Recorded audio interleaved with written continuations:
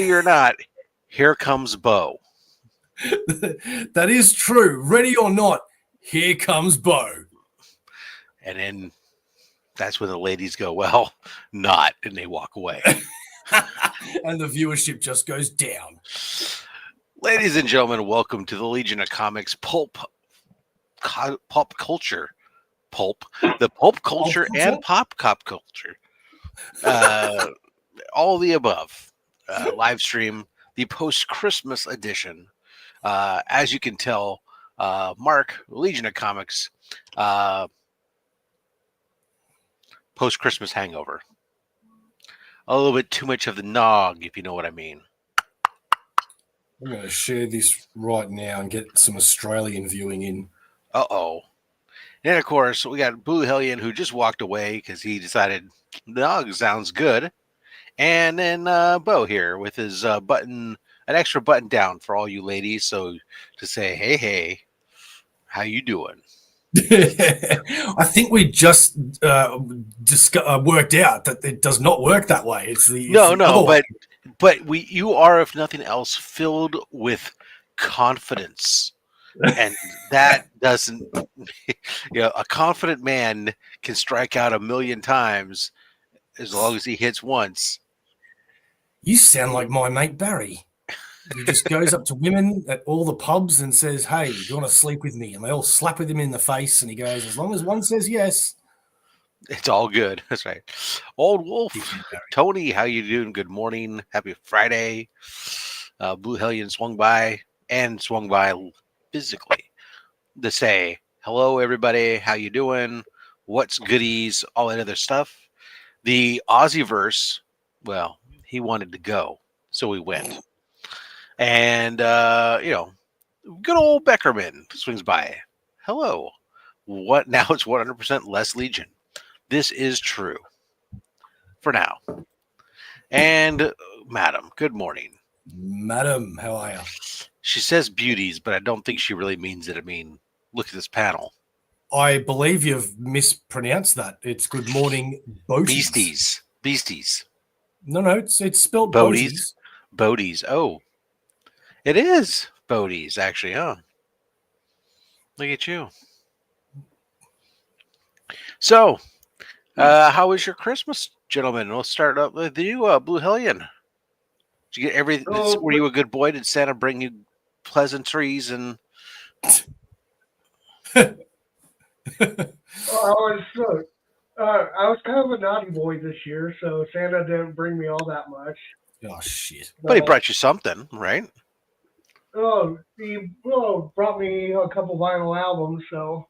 Oh, there you go. Because I was going to say, even in the fossil fuel economy, a lump of coal ain't bad. Wow. Yeah. Morning, fellas. Morning, Nizzy. Oh, look at that. Yeah, this one is the first. What's that? This is the first time that Bob Dylan's Knocking on Heaven's Door was released. Nice. That's cool. Yeah, with my dad knowing how much I love music, especially music history, he made sure to track a copy of that down for me. So that's awesome. All right. I didn't realize you were a vinyl guy. Yeah, I own approximately 200 vinyl albums. So nice. It's good to see that. I love to see people hanging on to that. I tried vinyl once, and I got one album.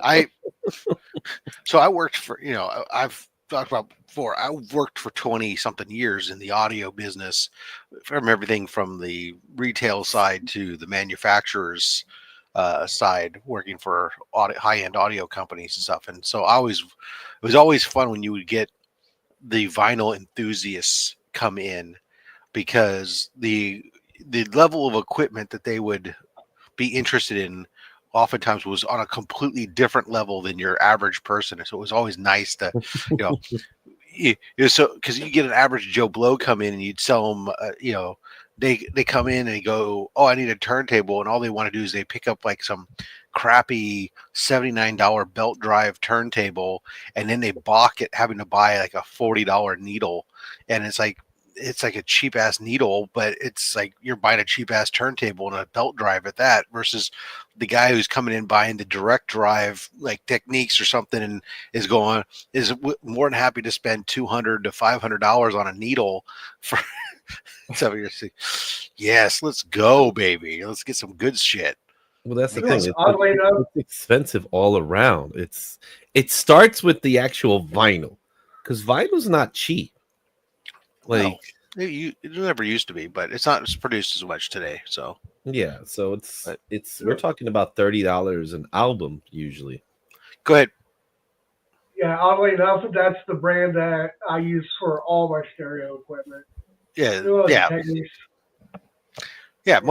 If you're an enthusiast, a lot of techniques, especially on the direct drive turntable, that's a very common. Even the professional, when I worked in radio, that's what we had in there. All the studios, everything was all techniques, all direct drive turntables and such. But they are an industry standard, especially in a day and age where not a lot of people are making them. But anyways, Izzy, welcome.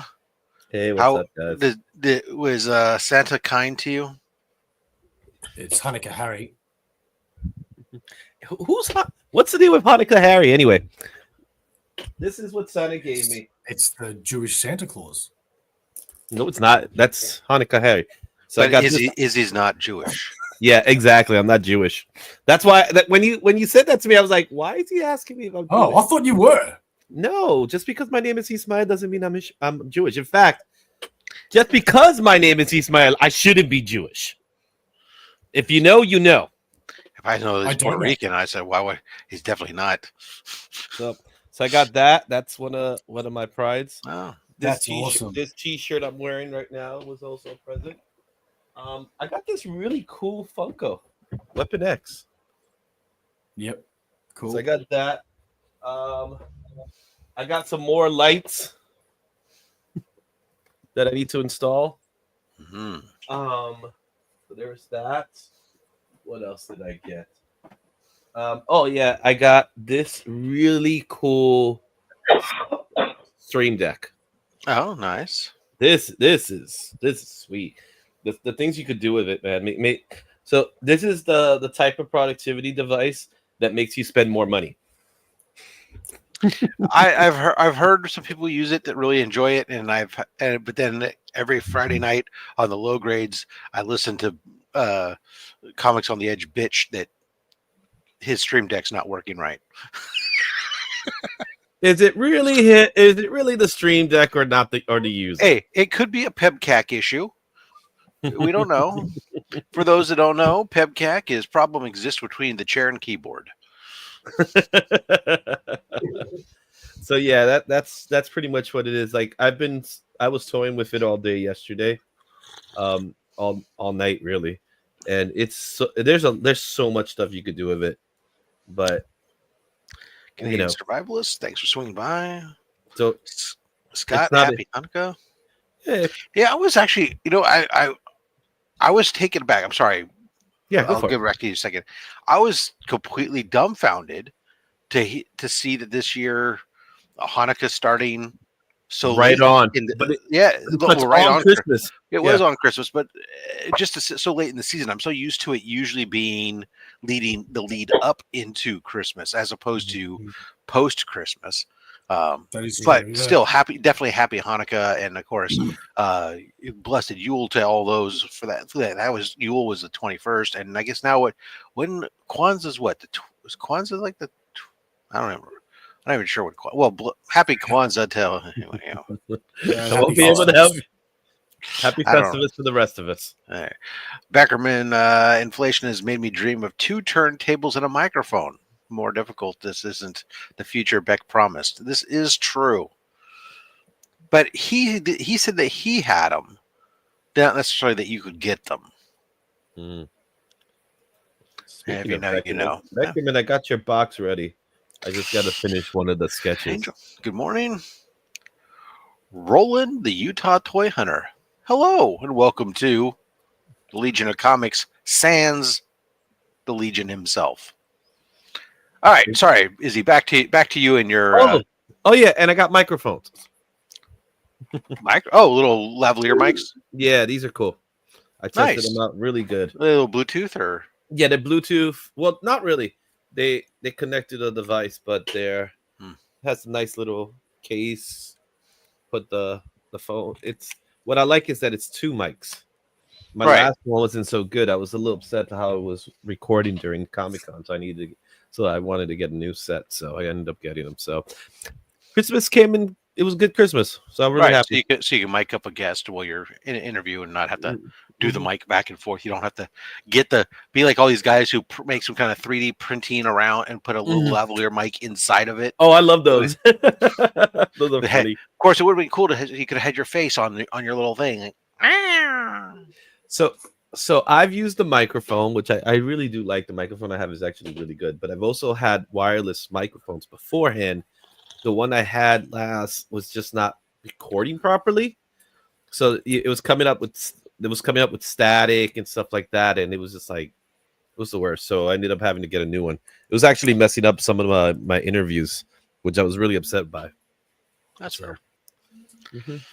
Bo, how was Santa to you, sir?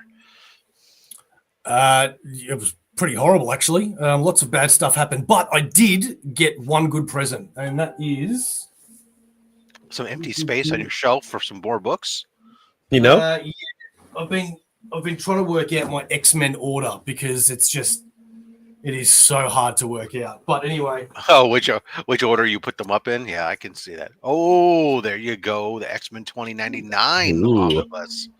So this is one that eluded me, and I kept nagging my partner about it, saying I got to get it, and she got it. So thank you very much. Phenomenal. And that's a complete series, right? It is, yeah. It's the whole thing. So I was very, very happy to get that. So if I'm only getting one present, I'm glad it's that. There you go. That's a good present. It is.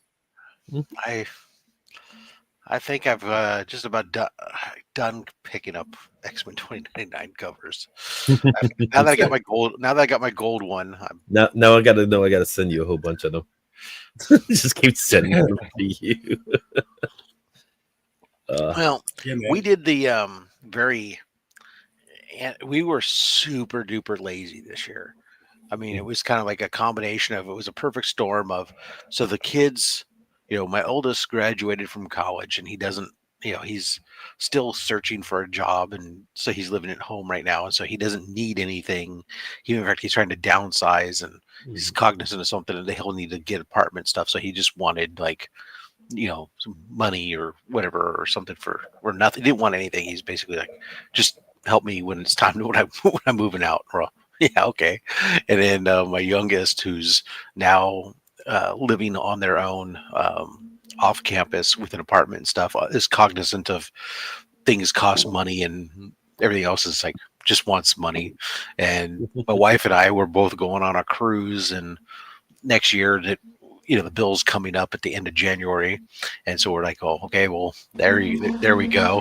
So we didn't buy anything for each other because we're always like, oh, okay, well here's money, put money, and then so it was just stuff that like my parents and other family members sent us, and we didn't even bother to unbox any of them.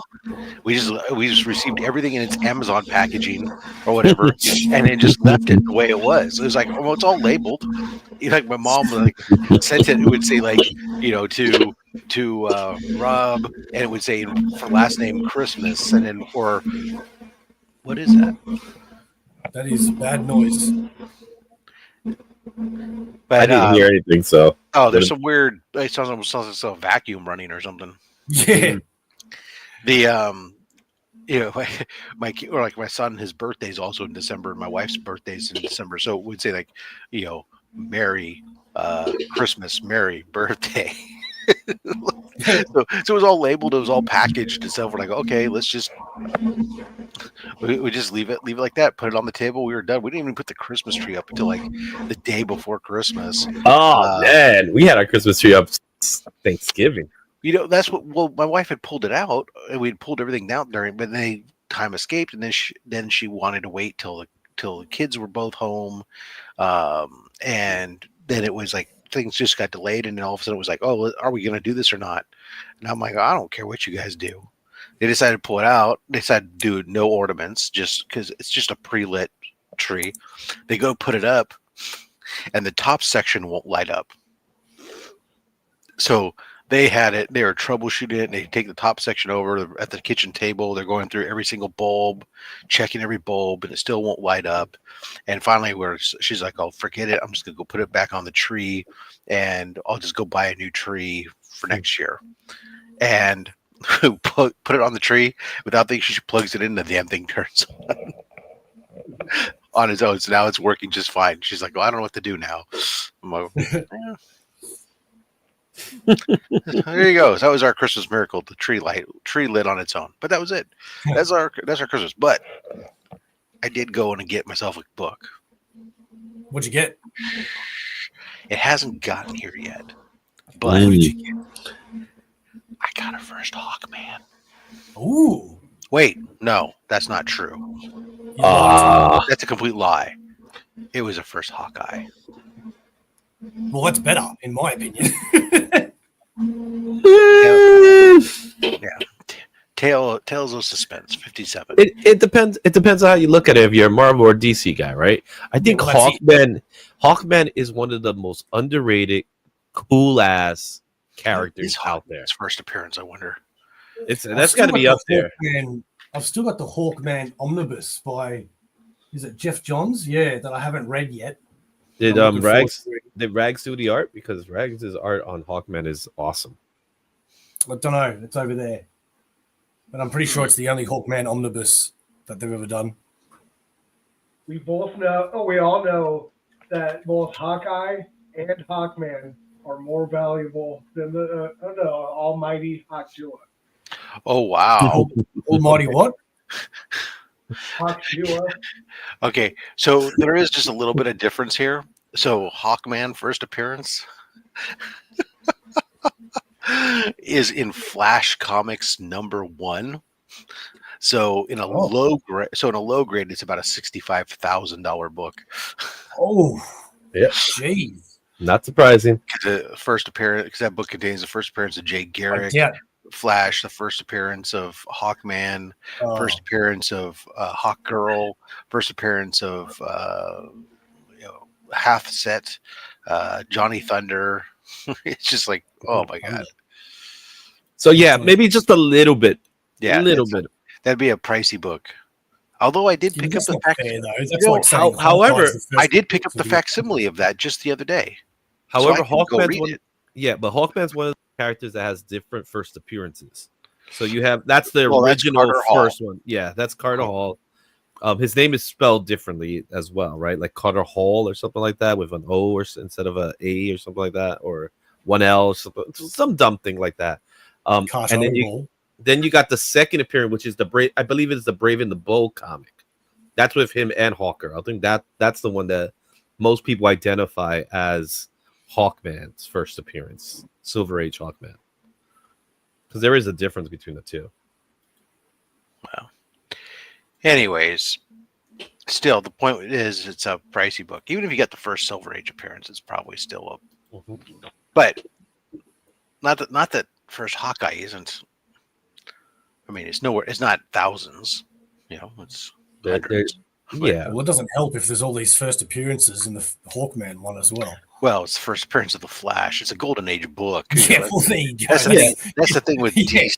That's the thing with DC books, right? Is like when you talk about like getting the true first appearance of many of these heroes, that's golden. They're older characters, and so those books are older, which is why you have people who go after like the first Silver Age appearances become a thing. It's like first Silver Age, it's only like the 300th appearance of this character, but now all of a sudden it's in the Silver Age, so now it's a key, right? With the exception of characters like Flash and and Green Lantern, which they decided to just do new characters with the same name.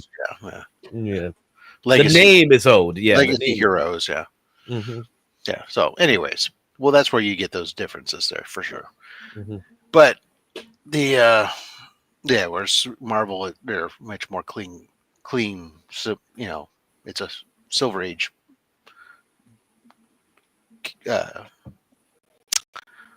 Publisher. Thank you.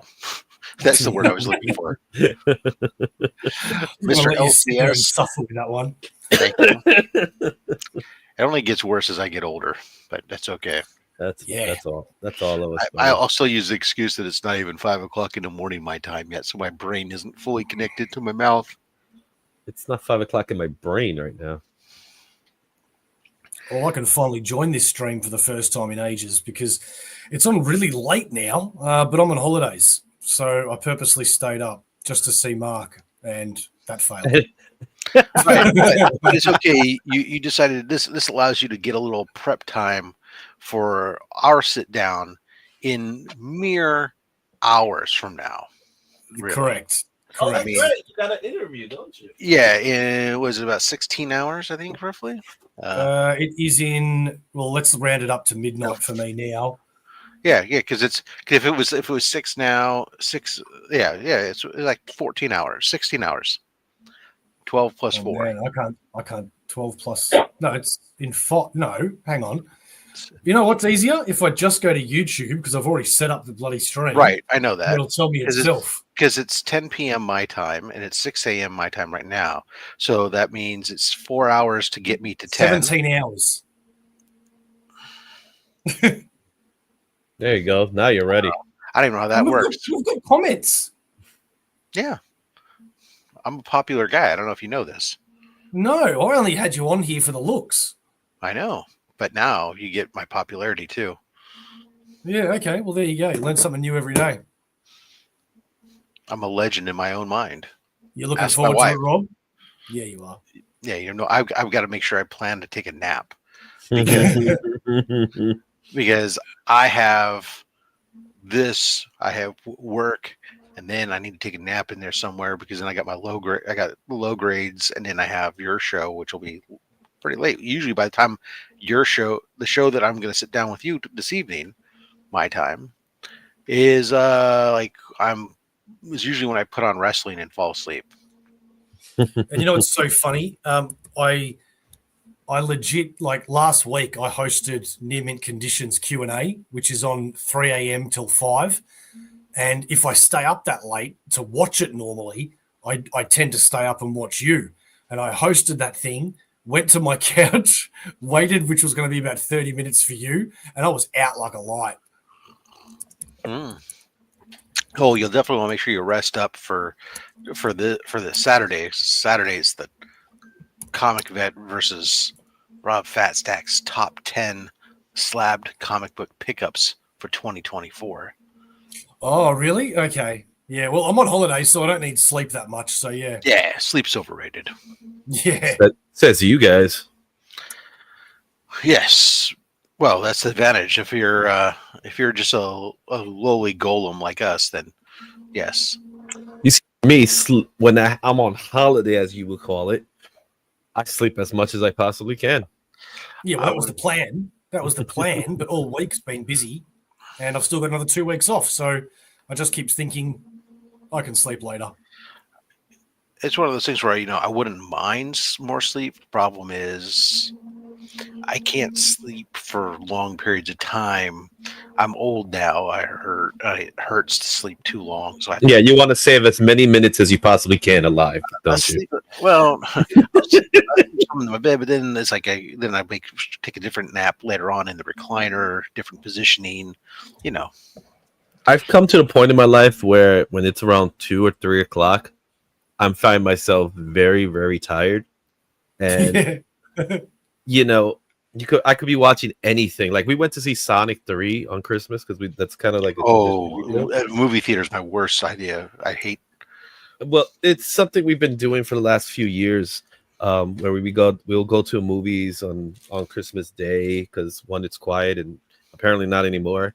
But we would go see a movie that everybody wants to go see, and everybody wanted to see Sonic, which is a fun movie. I will say that much. It's a really good movie, but I'll just doze off even if it's good. I'm just there because now that they have those reclining chairs, that's like the best and the worst idea ever, because you go in those recliner chairs and you're just sitting there. You're like, I've cut myself a couple times. Yeah. I could be Although watching anything, you know what I'm saying? if a movie's engaging to me, then I won't. Same thing with TV. When I sit down and watch TV at night, if it's engaging and engages my mind, I'm awake. The problem is, and this is why I say most of the time I say I turn on wrestling and I fall asleep. It's not. It's just because there's nothing that engages my brain during it. I put it on and it's just becomes like beta waves. You're just watching it and it's like it's so easy then just to go. Well, what's funny? The funny thing about wrestling is that I think when you get a good match, you get a good match. But those don't happen that frequently. I'm sorry to say, because it's all like set in a certain rhythm. And if you watch wrestling as long as we have, you see that rhythm coming a mile away, right? So it's not as exciting as, let's just say, Will Ospreay or Daniel Bryan or something like that. So you don't get that often. But what's engaging of wrestling is the storytelling aspect of it. Like that's why you'll have like a bloodline storyline going for like 45 minutes, and that's why I always fall asleep during AEW. Is those? Yeah, you're exactly right. That's why I like NXT though, because their rhythms are not the same. At least, but they're because they got to be quick and they're new at it. So. But is the rhythm going to move you? Is it a dancer? NXT is the best thing around, man, in my opinion. Well, anyways, I won't get dig deep into the wrestling stock, but it's definitely there. But I find myself, it's always interesting that, like, the other day I was sitting down and watched something on TV, and I don't even remember what it was, and I was fully engrossed into it, wide awake. Or no, it was last night. I know it was. I sat down finally to watch the Doctor Who Christmas special. Debbie wants to see that. She's been telling the girls that she wants to see, so they're going to see it this week. Yeah, I did see something that kept me awake the whole time, which I was surprised. Red 1. That is a surprisingly good movie. Yeah, I saw that. That wasn't bad. Well, I will say that the Doctor Who holiday special this year, I thought it was a little on the nose for a holiday special, and was obviously done on a budget. There was definitely a very low budget, like 3 sets for the entire show, and like minimal actors throughout the entire. There's like 5 actors in the entire thing, and yeah. But it's funny. I gave up on Doctor Who during the female run. Is it? You were right. You were right to do so. I just wasn't into it. It wasn't. It had nothing to do with her necessarily. No, it didn't. It didn't. Because I liked it. The story on it was really just kind of got, and I'll tell you, a lot of people kind of drifted away from it. I've thought about trying. I do have it. I own it, so I can go back to try to watch it, because I want to see. There's some things that they allude to after the fact that I kind of like, oh, maybe I should go see what that was. But and then when they introduced when she went away and they brought back David Tennant for a short bit, I saw those episodes. I watched that, and then of course, from there they went off into the new actor whose name nobody can pronounce. Yeah. Even he can barely pronounce it, I think. And I think he did say in one interview that he had been pronouncing his name wrong for a while or something, and his mom told him. Really? Anyway, wow, that's right. But he's not bad. I do like so far. He's got a different level set of quirks, but he's definitely kind of reminds you more of some of the more traditional quirkiness. Well, although I actually did like that actor from. He was in a show called Sex Education. Don't know if you ever watched that. Yeah. With what's her face from X-Files, and yeah, I really enjoyed that show. Pronounced Shooty. But yeah, so I mean, I enjoy. I have. So I mean, he's not my favorite Doctor by any stretch of the imagination, but he's definitely the show's episodes are more. You know, you went back to the old showrunners and stuff. So if it truly isn't the actor, because every time you change Doctor, there's always a bit of like, oh well, this isn't. It's a change, and so you're like, oh, it's not really who I'm used to. But you get acclimated to them, and then you move on. Because I remember that, especially like when Tennant went away and brought on Matt Smith. Matt Smith. I remember thinking, oh my god, this is so abrupt. I didn't like Matt Smith for like 3 episodes, but now I like the Matt Smith run is probably one of my favorite runs of the modern Who, even over some of the Tennant stuff. But why is that though? I think just the stories, the way that the stories were. I love the stuff, the depth of the stuff that they did with him. Even though I know some Who fans don't care for it, but the stuff with him and River and Rory and what's her name? Oh God, Scottish McTootoosh. Yeah, exactly. That whole stuff that was going on with them, and I thought was really intriguing, especially with the twist with spoilers with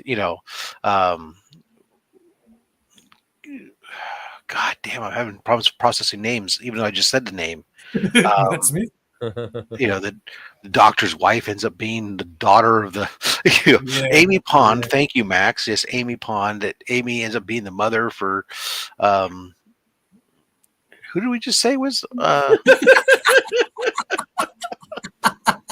Rob is officially going senile on the air. Jesus, that's watching the worst. I just said her name too.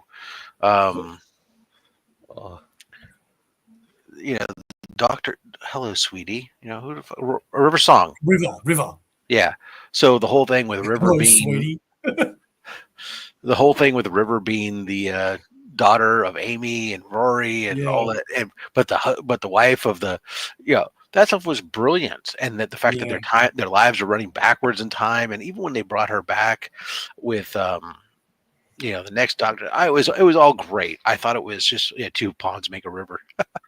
Yeah, I mean, I thought that stuff was phenomenal and was one of the best ones. Like when you went back and when they were doing all the reveals, and it kind of you went back to some of the stories that were before, and you realized you went back and rewatched them and went like, holy shit, all that stuff was planted. Like it was like these seeds were planted throughout it. It's like it was great.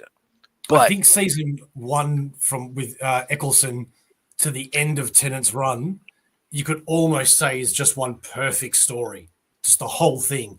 And then when Matt Smith comes in, just like you said, I didn't want to like him because David Tennant was perfect. But Matt Smith was incredible, man. You couldn't deny him. He was. And I didn't for Tennant though, see, I really didn't. I liked him, and I liked the stuff with him and obviously with Rose. I thought Rose was great and carried Eccleston. Eccleston was still good, but I thought Rose carried that stuff. And then Rose into Tennant was phenomenal. The whole Bat Wolf stuff was fucking amazing. And then I'm not keen on Martha Jones. Was and then the whole stuff with Donna. I was like, Donna was just. Now I appreciate Donna more, but I remember like during the initial run, I was I loved her. Oh my god, she is so damn annoying. What the actual fuck, dude? And they did some really weird shit, like the adipose episode. I mean, when they had the Donna, they just did some really absurd fucking episodes that were just. And who's done well for themselves? Apart from the Scottish girl, obviously she was in all the Marvel movies and all that. Right. But the other companion has really done well for herself. The one with Matt Smith later. after her, the dark-haired girl. I've forgotten her name. Where in one of the first episodes, you thought like she was a Dalek. Oh, I forgot about her. Yeah. Yeah, Well, she's when she turns out she'd been living on the doctor's timeline. she's actually done really well for herself. And she's in a lot of really cool dramas and stuff lately. Yeah. And by the way, Rob, Yeah. since you're having a hard time pronouncing that one doctor's name, I have to ask you to pronounce this. Oh yeah, Worcestershire. I say Shire. I know it's sure, but I don't know why I always say Shire. Worcestershire. Yeah. Well, he. So Blue don't know, right? He don't know about this guy and pronunciation. Enunciation. Hey, Exactly. it's all good. It's all good. Enunciate when you pronunciate. Exactly. In 98, we try not to hate. We all rotate. That one's for you, Bo. I don't know what the hell that was. That was a reference of like a year lyrics from old. Lyrics from a song from a band called In Excess. Oh. I did not recognize that at all. I need you tonight. Yeah. Yeah. I'm sorry that you don't know Australian music. Yeah, exactly. Yeah, you know, 80s music. I 80s music doesn't reach to them till the 2000s. Just because the band might be older than you doesn't mean anything, you know. Actually, no, I don't think they're older than you, but Rob, yeah. Quit with the land of confusion right now, right? Yeah, exactly. That's a great song. Let's see. Oh wow. Also, good cover by Disturbed. Okay, they as a band probably are older than you, Bo, because I didn't even realize they got big in the 80s, but they started in 1977. Oh yeah, I knew that.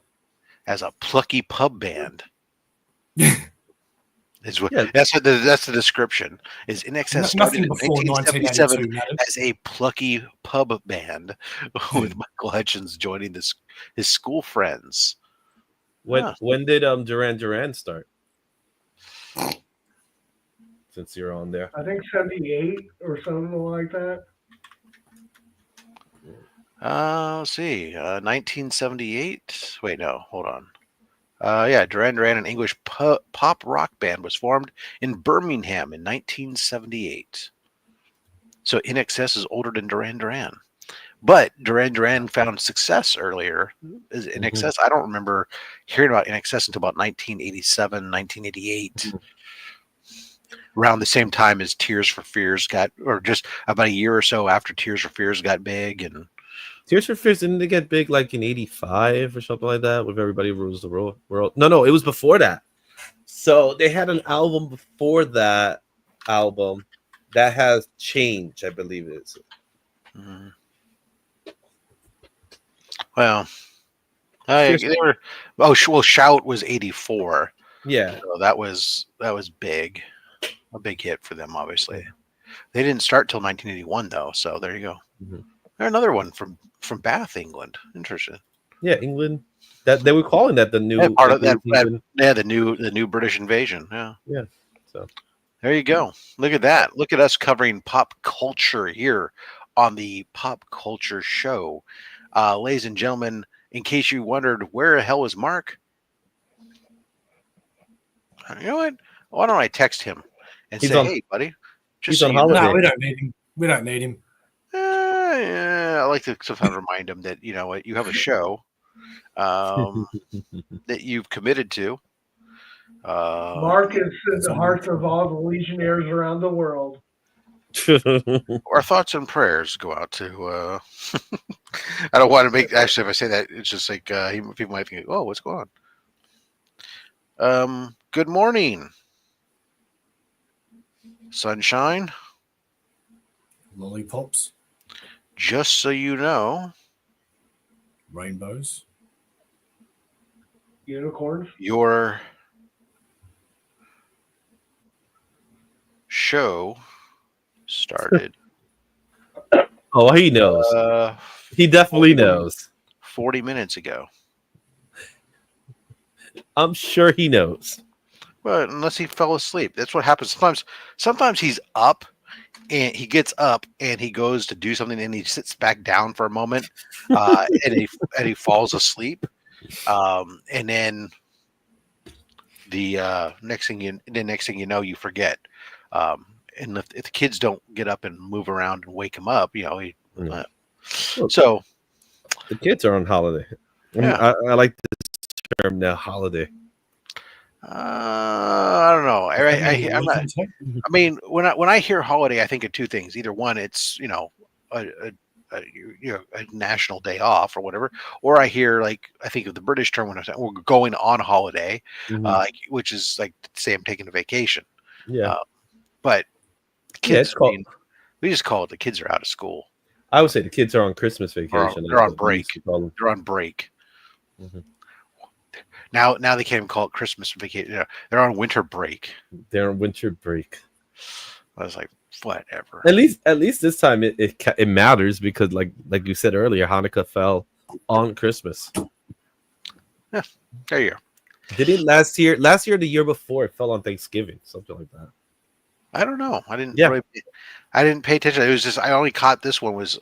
I stood out because I happened to catch a copy, local news that night or something. I don't know. No, I have a coworker who's Jewish, and he always keeps me in the loop. So There you are. Yeah, he was. So they had a lot of. So yeah, Hanukkah was on November 8th. Last year it was when? November 8th. Yeah. Holy cow! Really That's a early. big. So, okay, as long as you're there looking up, I'm curious now. Is it, what determines when it is celebrated? Like I know, like for example, Easter, which is one of those shifting holidays, because suddenly Christianity decided to follow a lunar calendar. What determines the start of Hanukkah? Let's take a look here. Don't they have a Jewish calendar? Yeah. It's a Jewish calendar, so their calendar runs a little differently. I don't know. Good morning. All right, so here we go. The simple answer is that the Jewish calendar is based on lunar cycles. Okay, and is so lunar not calendar. in sync with the Gregorian calendar. Mm-hmm. Hanukkah always begins on the 25th day of the Jewish month of Kislev, a date which occurs between late November, which is actually inaccurate because we just said the 8th of November, and late December. Okay, cool. So follows a lunar. Brilliant. Madam. Good day to you, madam. Good day to you, Rob. You wish this was your hair. I like that. I wish it was my hair too. I'm not gonna lie, it looks great. Thank you. It does. It does. Much better than what's underneath right now. So. What about you, Blue Hellion? Do you wish your hair looked like that? I wish I even had hair. I can relate to that. Indeed. But at least overall, I can be really short with you. I see what you did there. Yeah. So Marcus and I has been chatting in the chat regarding one of his books that he had sent out. But as you know, Rob, CGC has been very, very, very, very late on books. There has been some delay. Although what's interesting is that their stated turnaround time just went down. Yeah. But I haven't seen any movement yet on my books. I've been there since August. Although the movement I saw was at first the link to them to show me what was on those submissions went away, and the link. I saw that too. It now has come back. I did notice that too, where I was like, "Oh, the link's on," but at one time I thought that was on me because when it was right after they did that. They were down. They were upgrading their system, and in the process, that was one of the things. It was like took a few days for that to come back after they. Yeah, but for me, I thought it was something a little different for me specifically because when I submitted my books in Baltimore, I ended up doing 2 submissions, and one of them was CGC regular signature submissions because I had people witnesses, Uh-huh. and then the other one was JSA signatures. So what I didn't notice, because I actually have 2 accounts. I had my previous account, and then I have my artist account. So yeah, exactly. So when I submitted it in my regular account when I was supposed to submit it in my artist account because it's the better discount. And then I contacted them, and then that's what I thought it was. So it looks like it was something else. So let's take a look. I'm actually going to go in right now. Stephanie understands all those problems. Yeah, I'm constantly, sending stuff it's out. it's all about submission. I'm always pissed how long it takes. Using your artist account versus your non-artist account. Yeah. Yep. See, my book that was now they said, look at this, check this one out. It said it was received 12/19/24. Okay, so they just received it. That's when that's when they said they received it. That's not when they received it. Oh, no, but you got to understand. Here's the thing: is their receive date changes each time they change its status. So, like when it goes, they're like they don't actually keep a static date of when they actually receive the book. There, it's like when they just get it and it's been received, it has a date, and then when it gets changed to staged for grading, it gets another date. That date gets updated, and when it goes in for grading, the date gets updated. So it's like you have to track it yourself. I used to track all this stuff on spreadsheets just to see what the average real turnaround times and stuff were back when it was like really awful, and I'd stopped doing it. But with their lead times getting like this, I'm thinking I might have to start doing it again. I don't know. For some reason, when you say like I made some spreadsheets about my CGC turnaround, like I didn't even flinch. I was just like, "Yep, Rob would be doing that."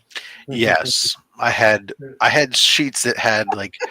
I remember also I was also sending a lot of submissions in, so I would have a lot of books in at both CGC, CBCS. So each one had a tab, and then there was a tab also for signature series, and it tracked when I sent the book, what day I shipped it, what day it got delivered according to the post office, what day they acknowledged having it, what day it entered into grading, what day it entered into this. So it had all the different stages along the way, and then it calculated what those average times were based off of the last period of time, and so I could report when I was doing my YouTube videos what the reality was versus their stated turnaround times and whatnot. And it was a giant convoluted mess and required an awful lot of work just to track your own books, but it sounds like it gave me something to do. You need a really good app for that.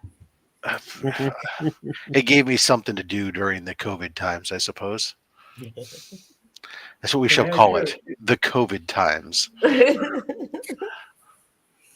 could just call it. Granted, I use like a paper submission for my CGC submission that Rob has known that I write about a little bit. It seems like when they finally added it to the CGC website, it was about 2.5 weeks after they had received the package, and now the dates for received on everything that's listed on the website, including stuff that's been shipped back for over a year, all says the dates of received is 1/1 of 70. Nice. 1970? 1970 or 2070, I'm not sure which. Well, but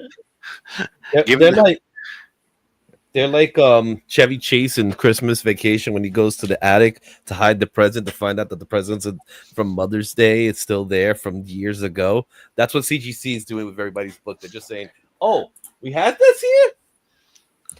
I think it's also just, again, their system upgrade. They did some silly shit. You ain't wrong with that. I didn't even look. I was curious. Let's see. Was my you know what? Now that you say it, as I look at mine right now, mine all say received January 1st, 1970 as well. I didn't know they were in the business that long. Yeah. Although, which means their turnaround times are awful because the ones that have already shipped, like, when it says received January 1st, 1970, shipped August 6th, 2024. So it only took them, 50 years. 55 years to get the damn fucking thing shipped. What a turnaround time. Hmm. Yeah, I did not realize that. That's crazy. And the books they have right now, with the exception of some of the Oh, sketches, there's wait. some good books, man. My books actually moved. They're no longer scheduled for grading. They're actually in grading, encapsulation, and imaging now. So that means next week. Congratulations on your upgrade. Next week they're gonna actually do it, and then it'll take about 3 more weeks before they'll tell you that they're done. And then in about 4 weeks' times after that, they'll tell you that the label has been created, but they haven't really sent anything. They just have the label created, waiting for FedEx to pick up the item. But FedEx lost the address because they changed the address. You'll have it. You'll have it in time for Heroes. What's then they will have to send it back to received and send it through the whole entire grading process again. the important thing is that I'm not going to have them for this Saturday. No, you will not. When I sit down with the comic vet to do our top 10 slabbed comic pickups, which means that my first Black Widow and my my first Werewolf by Night will be excluded from my top 10 pickups because they will still be at CGC and not here. And I won't be able to use them next year because they've already been picked up. So they get so they that's really sad. Is there a way that you can pay extra to CGC so you can expedite them faster? Do they have Yes. like an express lane? Oh, yeah. That exists. Yeah, it's called Fast Pass, and some people like myself have suggested that they intentionally allow their regular lead times to get longer in order to get people, because obviously if they're running short lead times, like especially on modern books, if the lead times are less than 30 days, people aren't paying for Fast Pass, or there's a lot less people paying for Fast Pass to get them turned around, short order. The only people who are doing it at that point are people who are trying to be the first to market with a hot book and capitalize on it right away. Yeah. So since in reality, it's like a 50% upcharge for doing the exact same service that they do through normal grading, it's in their monetary interest to have longer lead times in order to encourage more people to pay the upcharge for Fast Pass, because it's more money for them for doing the same job. And then the problem is that when they really do start to grow long lead times, is that Fast Pass, as more and more people start using Fast Pass, it jumps ahead of the line. There's only so many graders, which makes the regular lead time even longer, which then causes more people to do. So once they get it, it's a self-feeding thing that allows them to get more and more money for doing the exact same job. So what you're telling me is It's a scam. that there's a whole bunch of people sending in Absolute Batman #1, and that's what's causing all of this to happen. No, but You're saying there needs to be another tier. There needs to be like a faster Fast Pass. no, they need actually Fast like Pass. a little more money. It should just go away. If you want, they should not have a Fast Pass. Look, you have your tiers already. You have your modern tier, you have your vintage tier, and then you have your tiers that are like your 3-day turnaround time and your 1-day turnaround time that are super expensive. Yeah, that's fine. Those can exist because they're super expensive and everything else. But the idea of saying like, oh, you can just send it into this normal vintage or modern or vintage tier and get it in half the time for, a 50% markup on cost, that is something that I think as a consumer, it sounds good initially, but in reality it gives them nothing but incentive to not have quick turnaround times. Because the longer the lead times, the more people will pay the upcharge, and that means more money for them, more profit, because they're not doing anything more You make than more to do money with another. the same system. Right, exactly. So That's not going anywhere. It's a scam. Yeah, no, it's not going to go away because it's a huge profit source. It's just like the labels. I'm surprised that CBCS hasn't jumped on the label thing. That is such a huge, huge upcharge, especially like most of the people getting a lot of those, or I shouldn't say most, I don't have numbers on this, but a lot of people getting those custom labels are doing so on modern books, right? Yeah. That's what, a 25% upcharge for that extra $5 label. Mm-hmm. That's a So- huge, even if you're paying $1 or even if you're paying half that cost in licensing for that label, that's still a huge percentage Yeah. of a profit margin increase just for putting a character on a label. I You see, I don't have on the labels. I think it's just busy's about the whole thing. honestly for me. I don't have a problem with the labels. I don't have a problem with FastPass because I understand that's how they're making money. My biggest gripe with them is shipping. What I don't like is I have to send your books separately in order for me to receive the book. So in other words, I have to send them in batches in order for me to pay one shipping charge. Instead of them going, okay, you got these signature books and then you got these universals, so we have to ship them separately. That's going to cost you $20 each. That irritates me. That's the other thing, right? Is their submission process thing. The fact that every submission is its own shipment. So if you send in, just say, 5 books, and 4 of them you're getting custom labels on, and 1 of them you're not, well, that's 2 different submissions. Mm-hmm. Because you can't have a mix. Everything in a single submission has to be the same category. It has to have the same, whether they have custom labels, they all have to have custom labels or not have custom labels. If they're a signature series, they all have to be signature series or not. They can't mix, 4 moderns in 1 vintage book. It all has to be. And each submission not only is a different return shipment back to you, so an extra shipment cost, but it's also a separate submission fee. Mm-hmm. The fact that as paid members, and this is the thing that really drives me crazy, now that they've opened up free members can submit all the time. Mm-hmm. I have no problem saying for people who are free and don't pay a membership that you have to pay your $5 submission fee on top of the full rates. That's fine with me. But for us, if I'm paying at the premium status, why am I still paying $5 to fill out your digital form and submit the books for you? And again, if I put in if I'm sending 2 vintage books and 5 moderns, that's 2 submission fees. So now it's $10 I got to pay.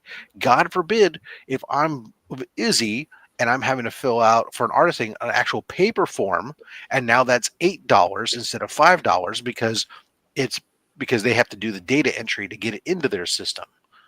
It's they definitely add on these little nickels and dimes that are the true annoyance of their. And that was the thing that annoyed me in the first place when I first got into CGC was all these added fees that make it more than what people say it is, right? So when I first heard about it, it was like, oh yeah, you just pay $35 and you get your book graded. No, that's not true. It's like buying a plane ticket, right? Like even worse. It's worse than that because it's like everything is everything. It's like everything's a fee. Yeah, it's like a hotel stay, right? So everything is a charge, and it's a charge that adds up in such a rapid pace. I remember once when my very first book I ever submitted, I was told $35. I was like, okay, great. Then I saw a bill for like $120. Why? Because of all these added features that came with it, like the ship that you have to pay to get it shipped, which is normal. I get that. You have to pay for it to come back. So there was a lot of things that I was not privy to at that time, and I wasn't wise for it. To the point, I was like, this damn book cost me $125, and the book itself is worth about $20. It is. You know what I'm saying? So like, like, start doing signature verifications and stuff. I mean, exactly. That's like the CBCS stuff like I just did yesterday where I unboxed some art submissions. Right. So when I send them a book to get it, they're not grading it, right? So all they're doing is encapsulation. If you can send CBCS a book, not have them grade it, just have them encapsulate it. If you just want to preserve a book, if you're truly a person, I just want my book preserved. Great, you can send in a book. They'll put it in a slab, no grade, $18. But which is with the art label, that's basically what I'm getting. But once I get a signature verification added to that, okay, well now that's like $35 or $30 or whatever it is, and it's like, so now all of a sudden it's like $43 per book to have done, and it's like, oh geez, and then of course you go into all the other stuff, shipping stuff. At least I don't have submission fees with CBCS on those, but I do have a book that I'm getting ready to send off to CGC, which is going to annoy the crap out of me because it's a vintage book. I don't have any other vintage books to send in right now that I was going to, not that are signed. This is going in to be signature verified. And of course it's like 4 signatures on the book. So I'm like, oh, this is going to be a fucking expensive book to get. Just know it. Is it worth that price though? That's what you have to really look at it. Actually, what grade does it have to be worth the price? So in this particular case, here, let me grab the book is right here. Thank God Rob's wearing pants. Oops, that's not it. His name is Rob Fatstack, not Fat Pants. All right, so yeah, I know how to do this. I can move it. So this is it here, Air Pirates. Oh, the Air Pirates. I remember. So this is it's a banned book, and it's not. You can't sell it, and you can't sell it anymore. It can't be reprinted, but it's signed by all 4 creators. Why is it banned? So because first of all, this is an underground comic, and it's using. It doesn't even try to hide. It doesn't even say like Mackie the Mouse or something. It's saying fucking straight up Mickey Mouse, and it's using his likeness, and it uses some other likenesses, and he's transporting dope on his airplane, and the thing is filled with all kinds of adult content and stuff in here. I don't see why that should be banned, honestly. So Disney sued them because they owned the copyright and stuff on that, and these guys lost the lawsuit, and so part of that lawsuit is that they can no longer. This book can't be sold anymore. They can't reprint it. None of that stuff. Have you got a second copy to be able to read yourself? Oh, I can read it right now. It's open. It's just in a yeah, bag. I know, but you're going to get it slabbed, yeah. Right. Well, because this is signed by all 4 creators, I want to get it authenticated. And so because this book is already like in this condition, this book's like a $300 book. How old is it? It's from the 70s. And this book is probably like a 7.0, 7.5 range. So it's, I mean, maybe with a press, there's some color. There's a slight chance it could hit an 8. I doubt it. It's probably a solid 7, 7.5. So what happens if you get that slabbed and you sell it? Not that I'm saying you would, but because of that legal term, legality. You can secondhand market. You can sell it. It's not. No publisher can it can sell. It can't be reproduced. Yeah, it can't be reproduced and sold. But so for me, like I want to get this. Not only would I like to, because it is a valuable book anyways in its own right, get it encapsulated, but having the 4 signatures, I want to get them verified. If I can get those 4 signatures come back all verified, then this is a super rare beast to have an underground comic like this that's signed by all 4 creators. Mm-hmm. What do you think that becomes huge. Like what ballpark are we talking about? Pardon? What ballpark are we talking about? If that so all 4 authentic. I think right now CGC is still only charging $25 a signature, so that means that's $100 in signature verification, plus the grading of the book, plus the shipping and the submission fee. So it's probably about $140 to $150. They love that book. To know, Rob, is that when it comes back at like a 7.5, or if you get it pressed at 8, what would be the value of the book if those are between $300 to $400? Just without the signatures. I'm talking about with the signatures. With the signatures, it just depends upon somebody who wants to buy it, what they're willing to pay for it to have it. What do you think in like ballpark? It's at least $500 to $600. Oh, okay.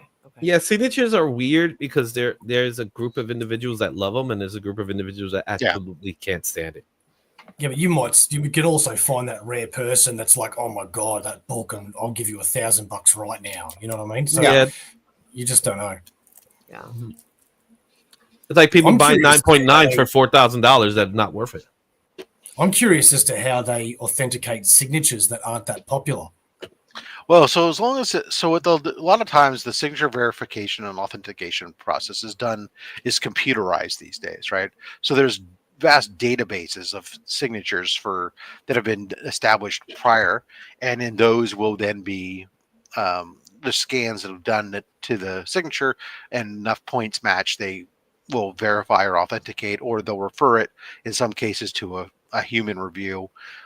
If in the case of one doesn't exist, or they don't have a database on that, that's the question that I don't have, because like I send stuff to CBCS. So far, I've never had anything rejected back to me as not being verified, and I've sent in some books that are questionable as to whether or not they exist within the system. So, like in this most recent batch, there was one guy an artist. I've got some guys that are Artist Alley artists, right? That do one of the guys. He mostly does pet portraits, but he happened to do a sketch cover or whatever, and I sent it in, and it came back signature verified. I had books that Justin Birch signed, and he had some other artists sign, and it came back authenticated. Justin's like, "Oh, how the hell did this happen?" Good morning, Sunshine. Hey. Ladies and gentlemen, we're about to go live now for Legion of Comics. Let's do it. Now it's time for Ready or not, here comes me. It's 7:30 somewhere. Not here. It's not 7:30 here. Not here either. Yeah. So do we know any of those creators, Rob? And g'day, Mark. Which on this book? Here. No, not really. Probably not. Okay. That Scarecrow is amazing. Yeah, so that's the one that was done by the guy who does mostly pet portraits. Like if you go look at his Instagram, because I provided all his links down below in the description, most of the rest of the stuff you're like, oh, wow, this Scarecrow is an anomaly for him. It was like most of the rest of his stuff is kind of like, whatever. But that Scarecrow was just off the hook. I was glad I picked it up. It's all because Mark let me go take a break from the booth to go grab lunch. What a nice overlord Mark was. Oh, that was at Heroes? Yeah. I don't remember. I was literally I was walking to go get a sausage from the snack bar there to eat something. Glad you said from the snack bar. Yeah. And as I was walking, I saw it. It was like on the row to there, and I just saw it on the corner of my eye, and nobody was there. And I was like, oh, that's interesting. I like that. That's cool. And the price was on it. And so I said, well, I'll go get my food, come back. He still wasn't there. And I'd go back up another time. And then finally he was there. I was like, oh, me want, me buy, you give me. Here money. You did a caveman so? Yeah. Exactly. Oh, awesome. Here money, you give me. I really love how you referred to Mark as the overlord at Heroes. Was Mark wearing some sort of overlordish outfit? No, he was. I hide the overlordism behind flamingo attire. Yeah. Speaking of verified signatures, that's right. Justin knows all about this. Like when we were talking about CBCS and how they amazingly sometimes verify certain things that we wonder, how do they do that? Like my triple signed copy of Parallel. Yeah, especially since I've changed my signature since. So, so here's the funny part. I did a private signing with CBCS for Kanto at New York Comic Con. Oh. And so I feel like that is the official signature that they will have on record, which does not match the one that's on your book. I'm sorry. Well, but they also have the one that's on my book. So that it's a variant.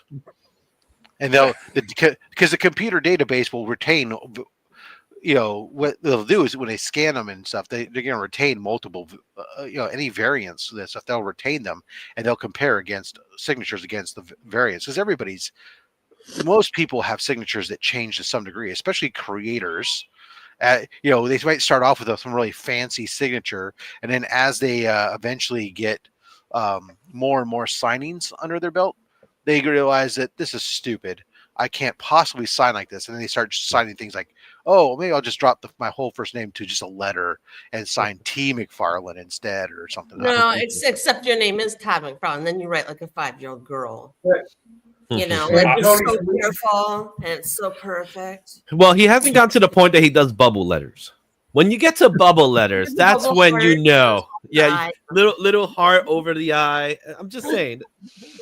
I was hearing horror stories of people who were having their government signatures stolen. Like I was signing everything the way I would sign it on official documents, and I've heard stories about people having cases of identity theft because of that.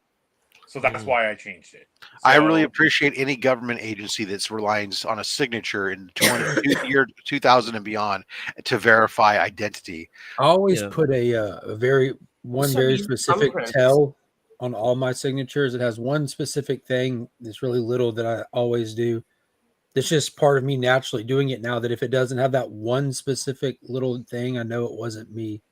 Well, you have to tell us who it is. I honestly want to see the day, like in the modern banking world, where a bank teller goes and pulls a signature card and compares it to a check. Check, yeah. I don't think this is. I don't know. I got some questions. Let me ask my manager. Hold on. It's better than the signatures of today. X. Those are also the signatures of yesteryear. Yeah, they really are. It's very yesteryear. Full circle. Put your X on the line. I always get nervous when imagine I go to authenticating that. I always get nervous when I go to vote because the signature on that card was done when I was like 17. Right. And they're like, it does not in any way look the same.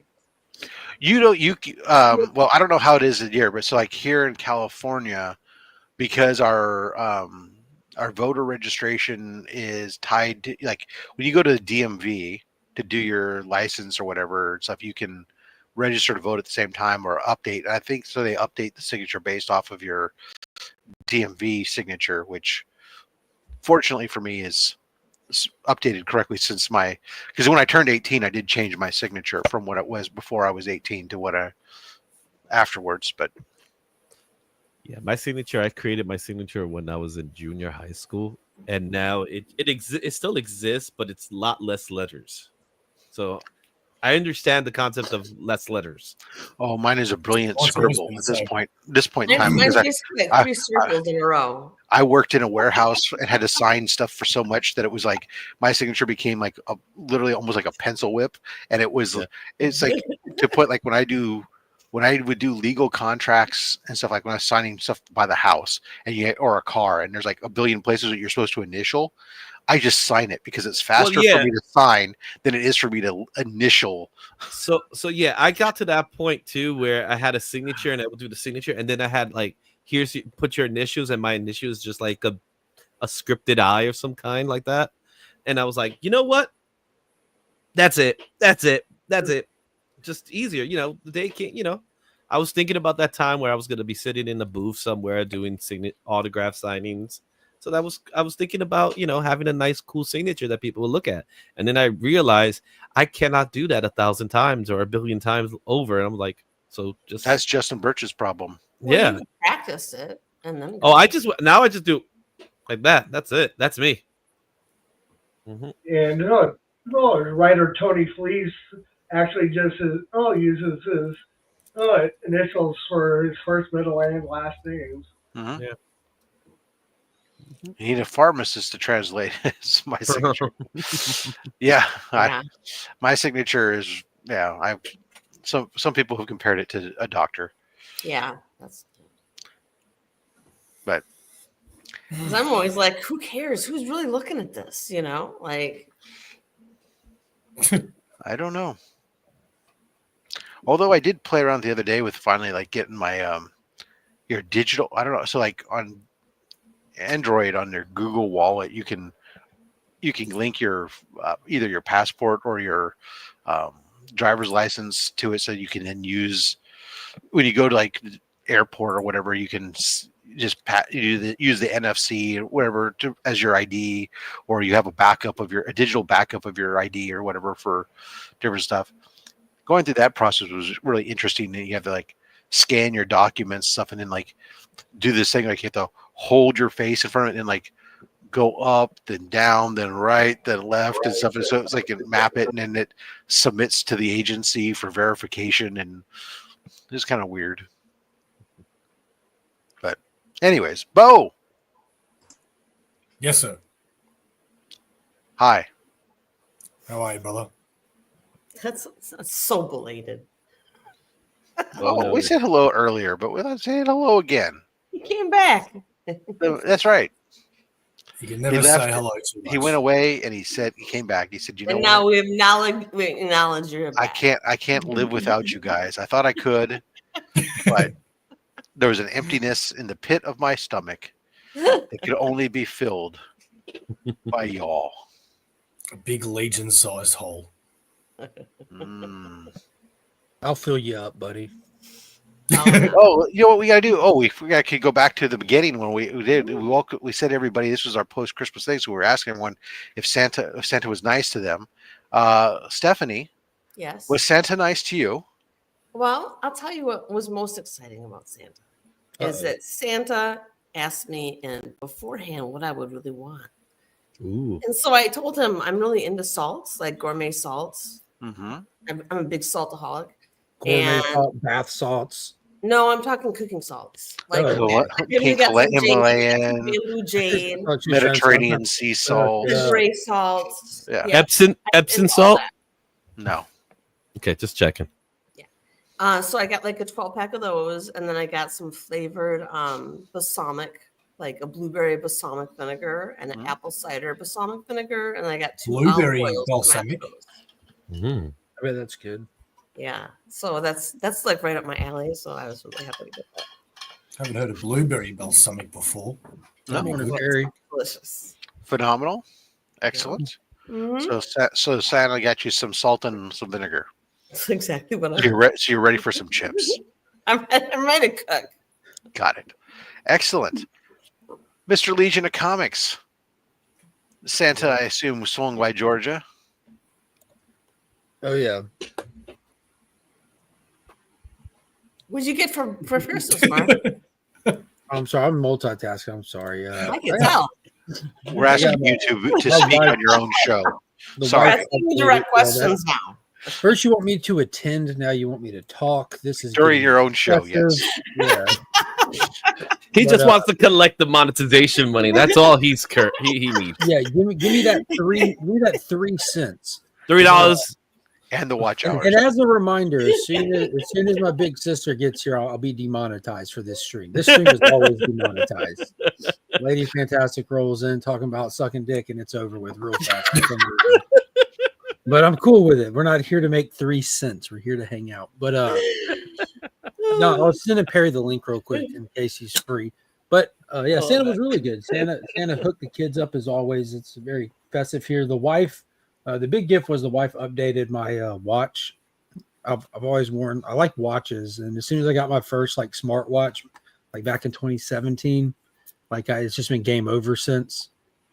Well, first Samsung smartwatch. I had some of the cheap ones first. Yeah. But she got me the newest one.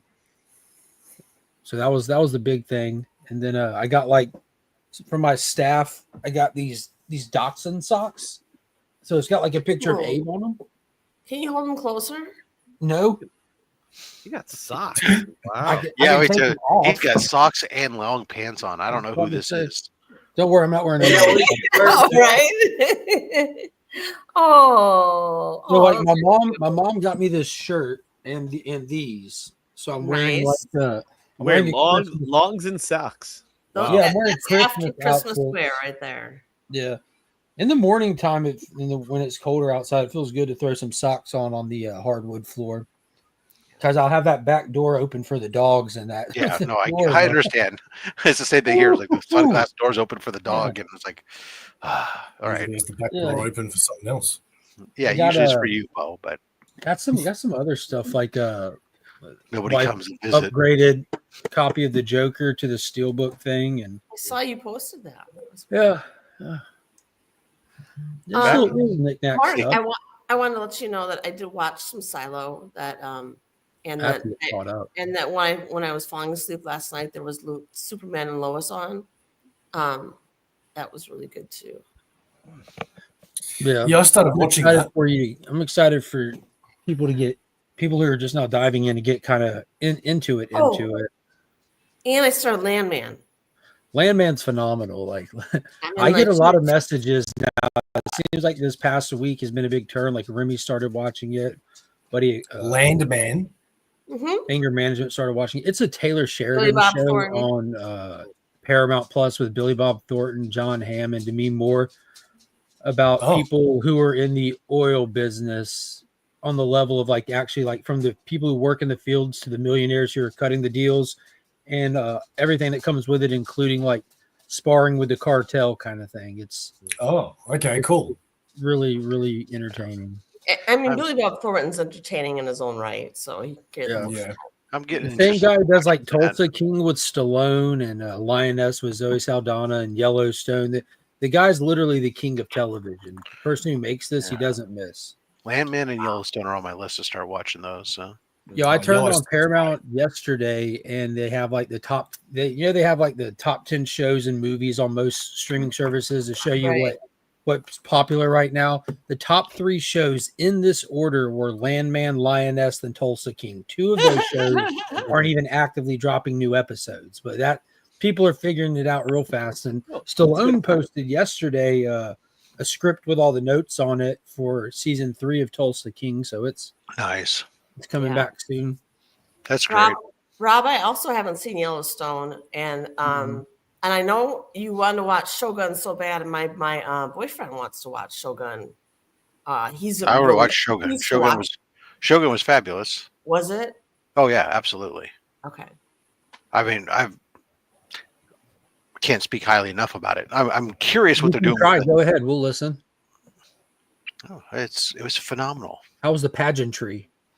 It was better than the original, and that's hard to say because the original was pretty damn good. Wasn't it a Kurosawa thing? Okay.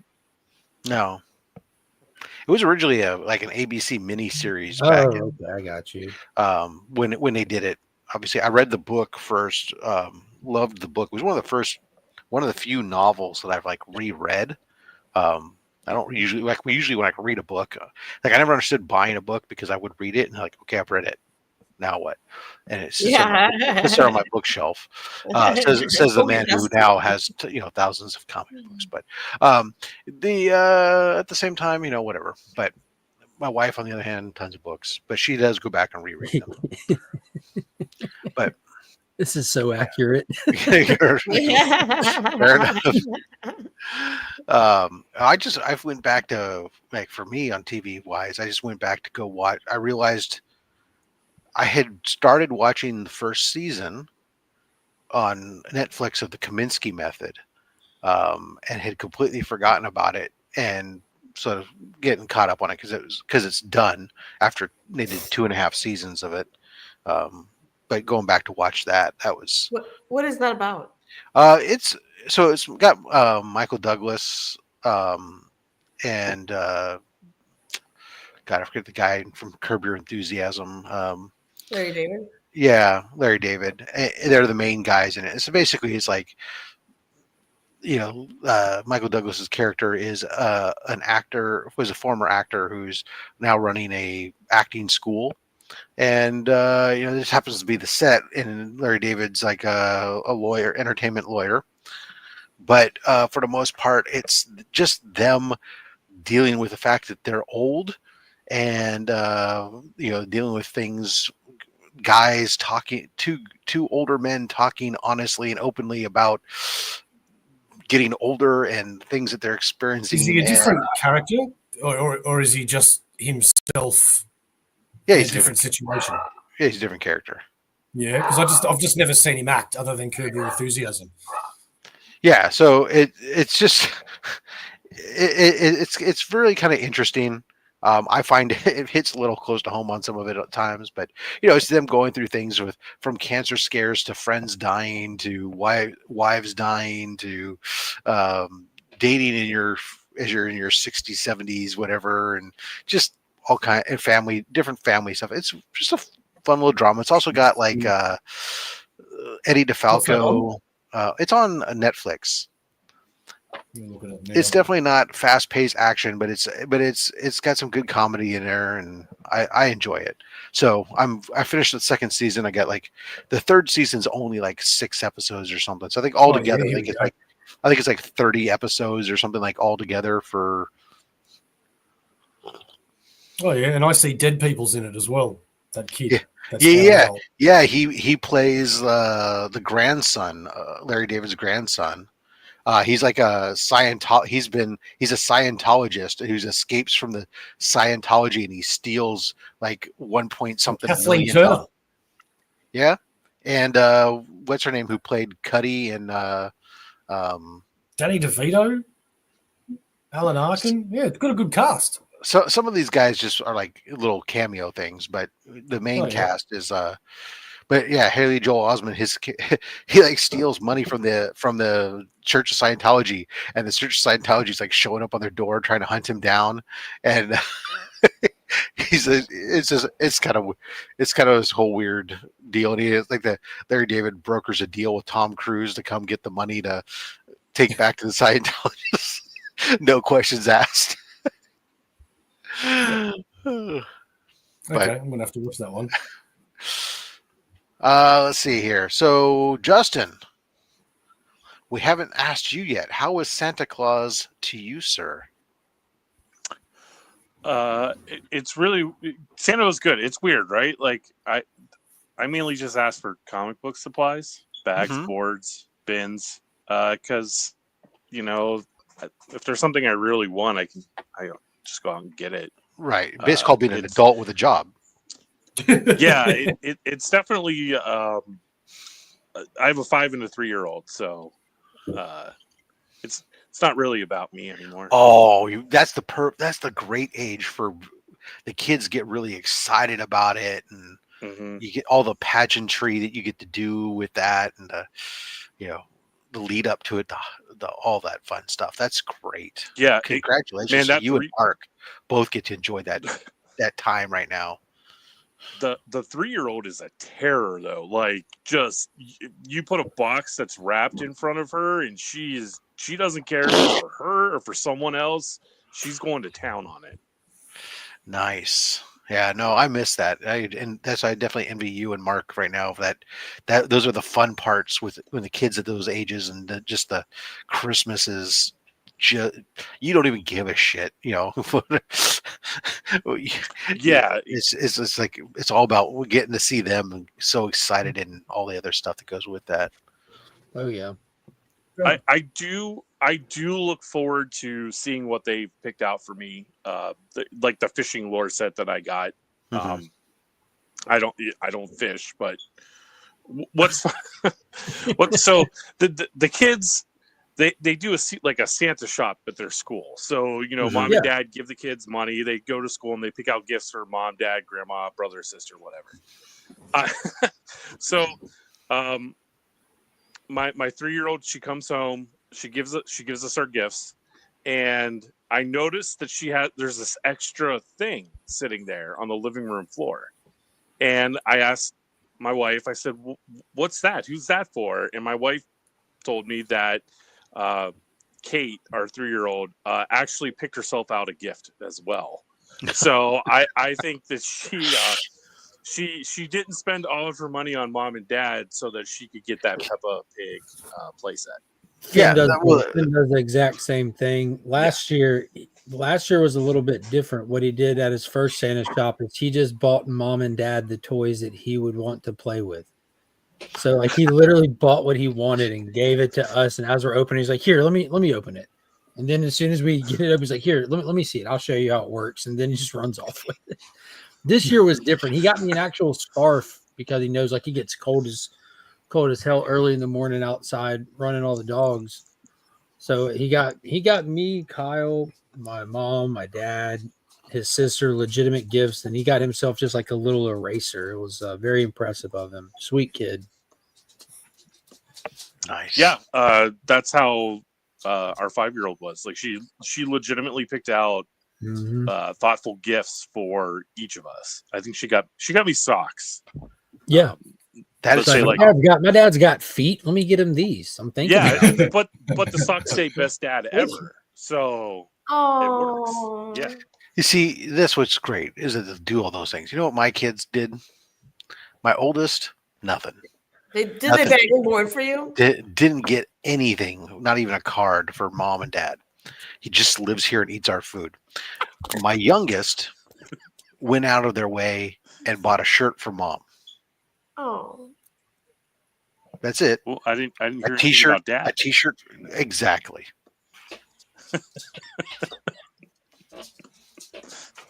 I have a question there you for are. you guys. I got to change the subject though, kind of. There's a traffic cabinet competition around here where you can paint a traffic cabinet. Oh, okay. I'm understanding now. I'm like a traffic cabinet. Like a traffic, like those little boxes. Utility box. Utility box. Yeah, yes. Got it. Well, around town they've been painting them into beautiful pieces of art, and you can apply to have this done, right? But you have to have some 2D examples of your art, right? So I was wondering if I took like one of my doodles like this, which is not colored, and I had AI color it for me, and I submitted that, would that be cheating? Why would it be cheating? Because AI colored it for me. I didn't color it. It's only cheating if you get caught. Ultimately, are you going to be the one who colors it down the road? When you do that, I mean, you're not going to have an AI color the box, right? You drew it though. I did draw it. When time comes, if you feel selected and you go to do one of these utility boxes, you're going to put the color yourself, correct? I don't know. Or were you thinking of doing just drawing lines on a box and that's it? No, I mean, I would not. They want colorful stuff that stands out here, like vibrant. Right. So you're going to have stuff. So you're going to do color then, right? And the AI did a great job coloring up my pictures. Better than I would have done, I think. But yeah, so I think what Rob's asking is that when it comes, if you win it and then you go to do the job, you're the one that's going to be coloring it later. Well, sure. So what if I wasn't? If you don't say that AI was involved in the process, because you're using AI to get the win, is that correct? Yeah. Then I don't think that's fair. Yeah. See, if AI is only there so you could have an idea of what you are eventually going to do, and then you submit the original without AI. So, like I said, AI is a tool in this case. But AI is taking my blueprint that I made of my creation and just coloring it in. Yeah, but if you submit the AI image, then AI is you should acknowledge that AI did the work. Acknowledge it. Yeah. If you use it and then you submit something based off what you gathered from AI, that's different. It's like using photo references to do a picture. You use the photo reference to do the design, but you're ultimately the creator. The photo reference is just a reference. I'm the paint to paper person. Yeah. Jesus Christ, the Lord and Savior is ultimately your creator. Completely replicate what AI has colored. I will completely replicate it. But it's just I don't think he was involved in the process, Mark. Huh? He wasn't involved in the process. Not the early days. His dad. I think he's more involved in the new days. More his dad. Yeah. Anyways, good morning. Hello. Hello to you, sir. I think that's fine, Steph. That's my opinion. You think so? I don't know. Oh. Yeah, I'll show you those. Just Bo's opinion, not doing good.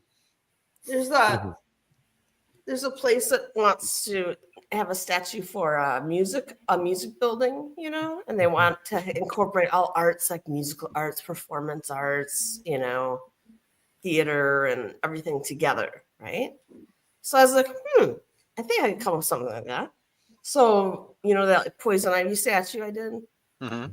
Okay, so I thought if I did that, except musical notes, you know, like piano notes and stuff coming down and like drums and musical notes and stuff coming out of her hair. So I thought of that and the conductor's wand, maybe, because they're big on conducting there too. So I might be filling that out for a proposal. And I hope to get. There you go, perfect. Stay just like that. So now we can see you with these itty bitty legs of yours on the kind of Deadpool in it for us.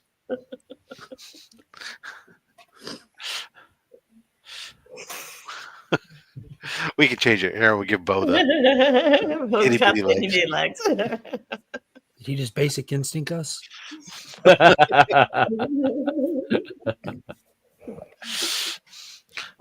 Yeah, you just wanted to share the Down Under with everyone.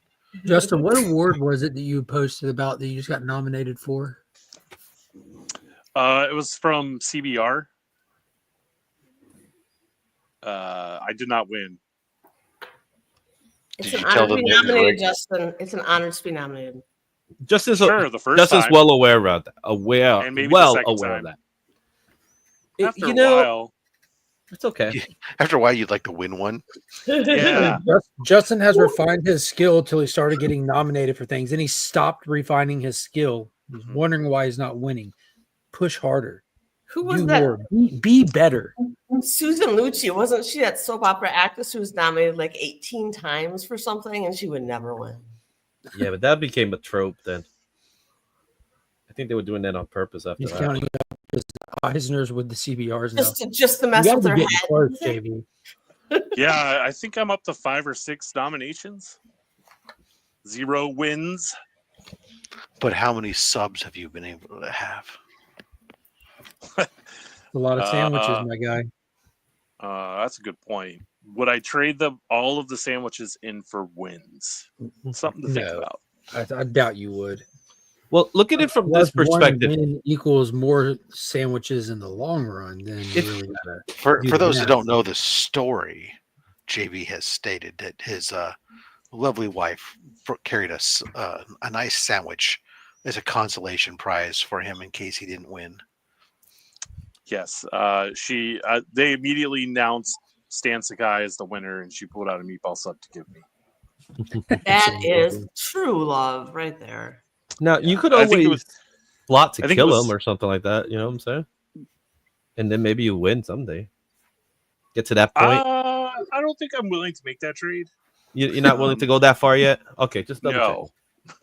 Because I know a couple of people that might be able to help you out with that. No. I think that's an offline conversation. Yeah, we'll talk that offline. There's a private chat in here. Did you know? Then they find him. She looked at me and she said, "Justin Birch was robbed," and then she handed me a meatball sub. Now that's love. That's a lot. That is definitely a wife that loves you. Oh, you know, having a sandwich and someone that loves you is way better of a prize than some nomination. Unless she knows he hates sandwiches, which would be even better. Me. He's allergic to marinara sauce. She gets him a meatball sub. All the sandwiches you could have got me.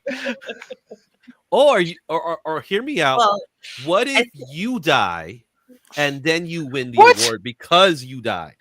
Oh my God. Yeah. You're so dark. So I get 0 awards and 0 sandwiches out of this scenario. On the but a upside, nice funeral. On the upside, you do people might show up. On the upside, what? You do lose some weight. Among other things. Scenarios. I gotta say, Justin, you have to realize if your wife is that supportive that she's better than any award you could ever win, because you're just gonna win an award and like in 3 months you forget about it, it'll wear off, but your wife will still be there. So. You see, and that's why you haven't won the award yet. Wait a minute. That. Are you saying that if I actually won, I would forget about it in a couple months? I would say like it would wear off. I think you know, but your wife you would do still be there. You do not know me at all. I would get a chain made and wear that thing around. Business cards would now say award-winning letterer. Yes. He'd update his Instagram profile. It would say award-winning letterer and sub-owner. And sub-owner. You'd have some sort of tiara you could wear outside, so that people know. Go way up. I understand, JB, because when I talk about my barbecue, I say award-winning barbecue. I understand. You get Here lays Justin Birch. He only got an award because he gave his last shit.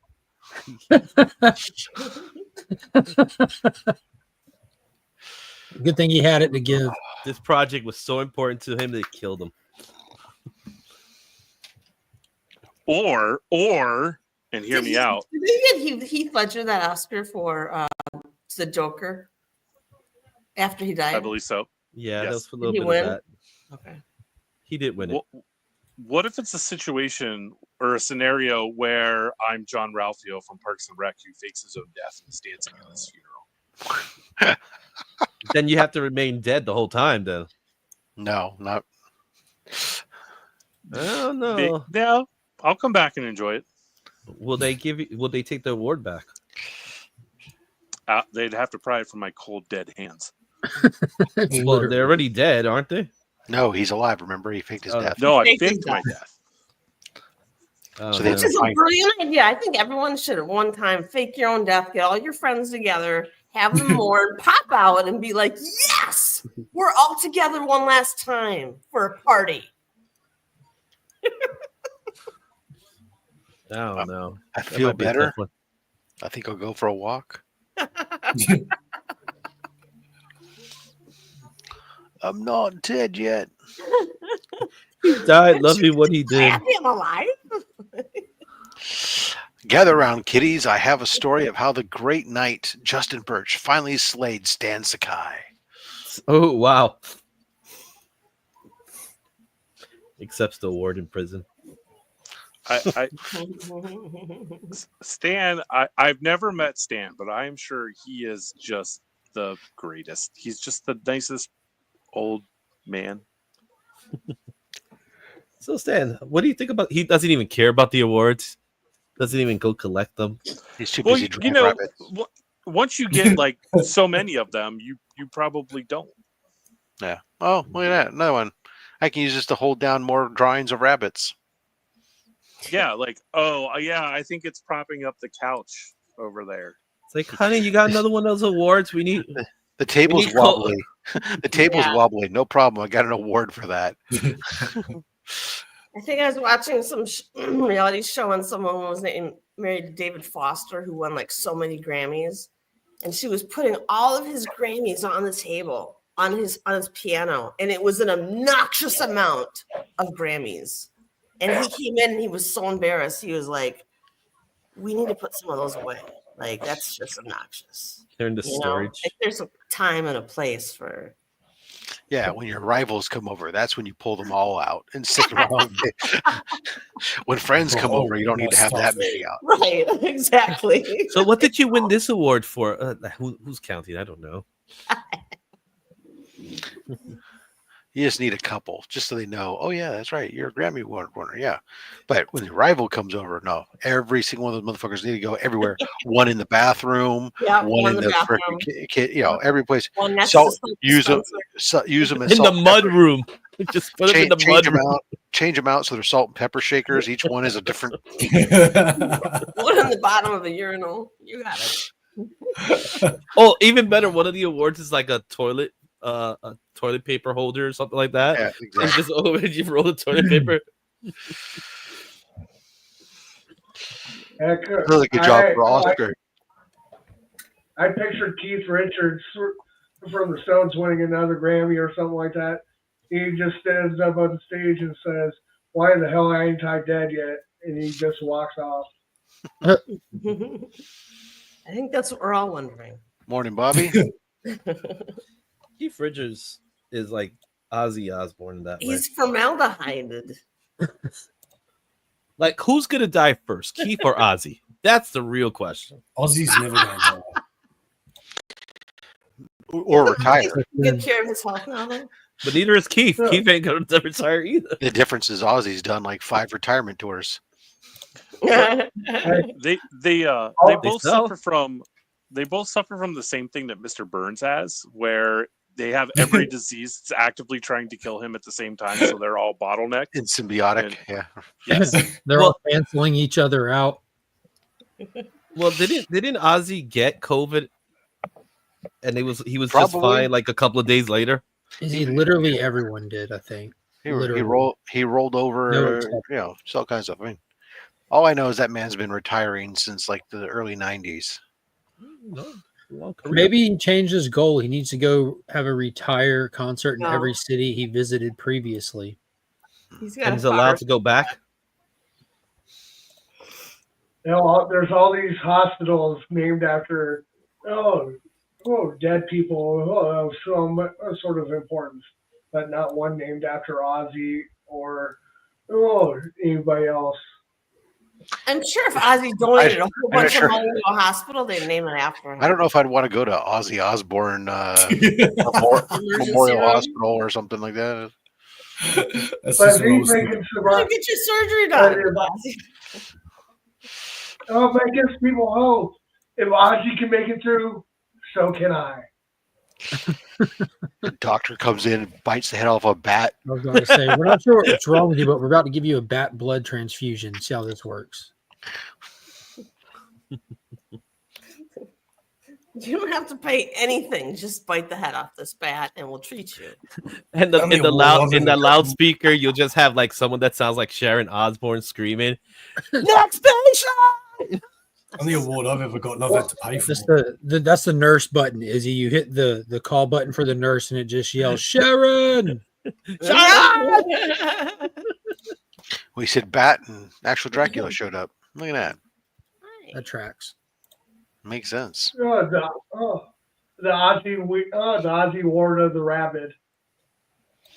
Oh my goodness gracious. Oh,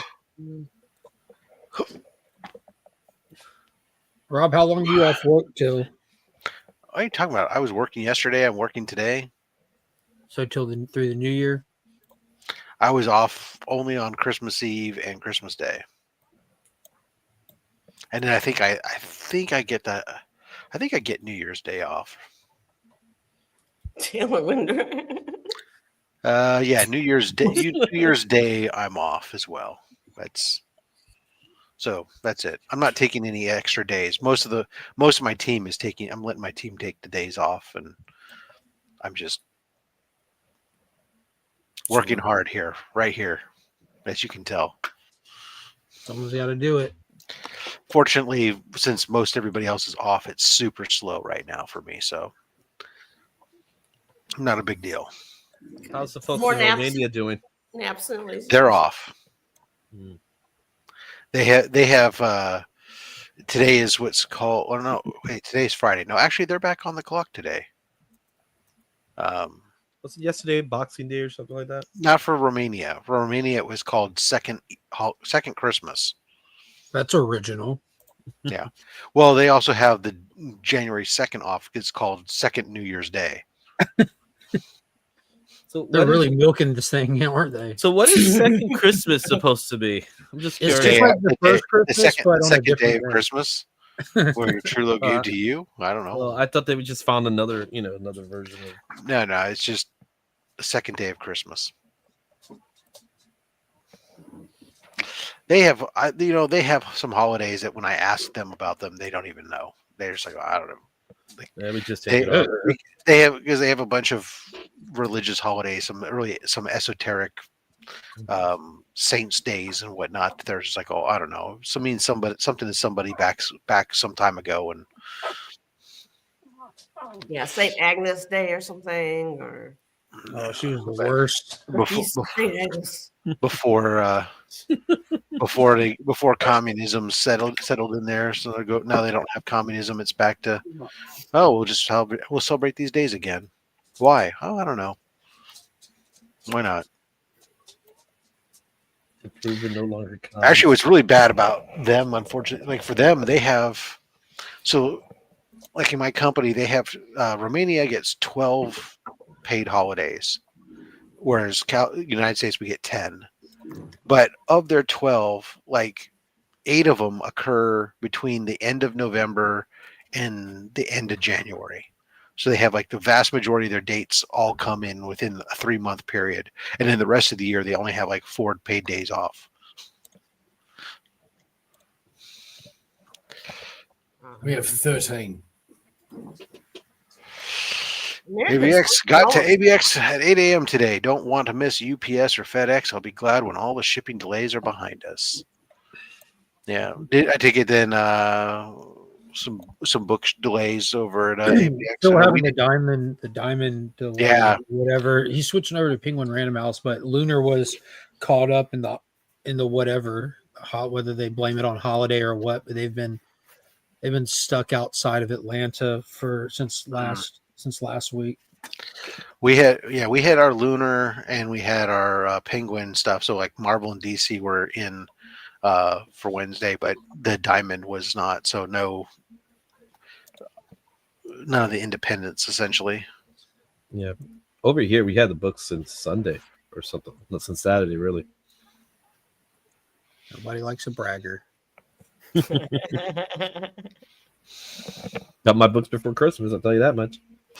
Same here. I'm gonna go. I got a lot of stuff to do today, and I have a special guest coming to visit me. Oh yeah.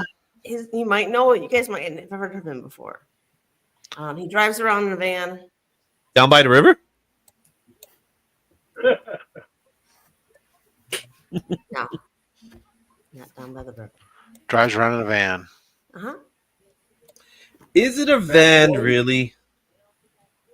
Bueller. I know who it is. Are you gonna wear your real hair or for him or? Excuse you. That is real hair. Yeah. It's her real hair. I think this is like acrylic hair or something weird.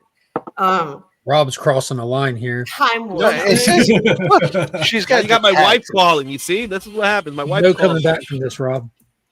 It absolutely is. We had this discussion earlier because she says, "Yes, I wish this was my hair." Yeah. It's her freaking sub-tagline. Come on.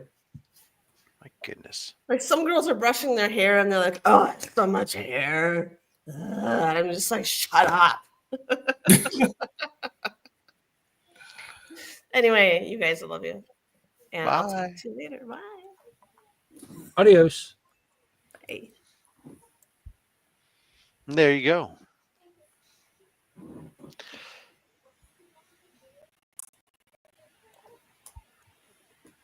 Justin, You know that we haven't asked you yet. Was Santa good to you?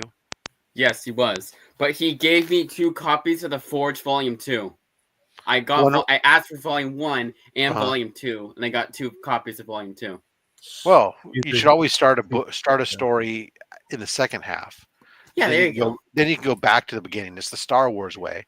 Yes. And then he got you 1 copy for each eye, so you can read in stereo. There you go. No, I ordered Volume 1 myself. Was that a 3D comic I heard? 3D. There you go. You read it in 3D. Yeah, it's 3D, man. That's perfect. Oh, It doesn't look 3D. Evil Comics will bring up. No, because you have 2 of them. You can make it a 3D comic. There you go. Yeah. Take advantage of the opportunity. Oh, excellent. Party on.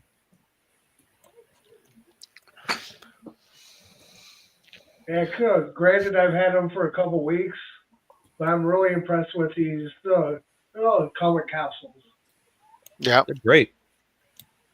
Yeah, it turned out real good. And it just seems like they're a lot stronger than most of the stuff that I've used. And now, has anybody what? seen Heretic yet with Hugh Grant? No. Uh-uh. I want to. I just saw that the other day and it was quite good. I did see that. I noticed yesterday Mike, when I was watching the Doctor Who special, I did realize that I saw them advertising on Disney Plus that the What If season 3 was out. But to be honest, I once I stopped watching it when they did their stupid zombie episode in number 2. I've never gone back. It hasn't been good. They've done episodes. TM told me season 3 was trash. DJ said season 3 was trash. Oh, good. That I'm not. Yeah, I haven't even bothered to see it, even though I am going to see it. So I want to see the mech one. I saw where it said Disney on it, so I'm like, oh, this is not worth wasting my time. So I skipped it. But meanwhile, Skeleton Crew says Disney on it. I ignore that, Rob. Then it says Disney on it. Just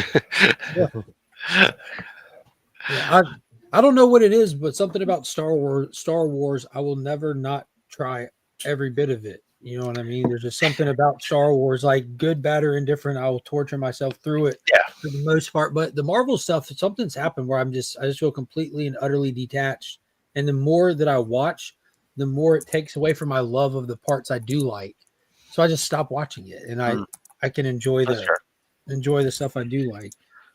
Yeah, no, well, yeah, Star Wars was such a huge for me as growing up. That was the main thing growing up was Star Wars, and everything else was like then we watched you go, oh, it was a spin-off. Watching Battlestar Galactica was like capitalizing on that. Watching Buck Rogers was capitalizing on that. Even though some of those properties like Buck Rogers was older, but the Star Wars was like the one thing as a kid for me in our house that the toys that we would get at Christmas and at birthdays and stuff were always Star Wars toys. We didn't have G.I. Joe. We didn't really get Transformers. Anything else. It was just always Star Wars stuff. So that was very formative. Toys, Rob? Man, I haven't seen most of it. All that Star Wars shows. I've only seen 2 of them. Oh, Skeleton Crew is a lot of fun. You don't need to have watched anything else, Bo. It's completely its own thing. What the fuck are those legs? No, it's from the box. It do be looking like legs, but that's from the box. Is that half Kermit? But this is Yoda. Is it at ATST driver? Yeah. From Star Wario, Shadows of the Empire. And there's all of Yoda's specifications. That was a good one, though. And then I got this one is Obi-Wan from Star Wario, Shadows of the Empire. Where the hell is this shit from? Their service as Imperial pilots. Bravo. Some Mexican bootlegs. A family friend was clearing out their deceased mother's residence and found like all kinds of stuff from over the years and everything, and that was some of it. Nice. What was the religious debate, Bo? Did is this the one with the interrogation in the jail? No, it's about these 2 girls that knock on doors as Latter-day Saints people do to talk about Jesus and whatnot. And Hugh Grant answers the door and invites them in. And Hugh Grant basically has this debate with them. It's always weird when you start to agree with the bad guy in films, but basically everything Hugh Grant says is. Well, I think a lot of people have thought, if you do know a bit about religion, you don't have to be religious or whatnot, just the normal questions that you would ask, and it goes a little dark. I don't know what else to tell you about it without giving anything away, but it was really, really good. It doesn't matter. Well, it was really, really good. It's basically, it's like Hugh Grant turns around and says, "You do realize that Jesus Christ."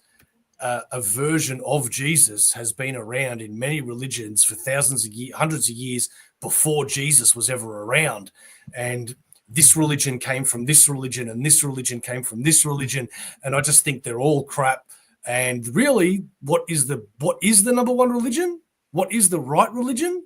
Well, that gets answered at the end of the movie. And it gets a little supernatural as well. But yeah, it's really cool. Hugh Grant is a great asshole when he wants to be. Interesting. Well, as I was saying though, Bo, Skeleton Crew You don't need religion, to. back to Star Wars. Well, Star Wars is a religion unto itself. That's what I'm saying. Yeah, it's you don't need to have watched anything else. It's a standalone piece, really, just in the universe. Great fun, kind of like Goonies-esque within the Star Wars universe. Well, actually, funny. I said I got one present, which was that omnibus that I showed you earlier. Mm-hmm.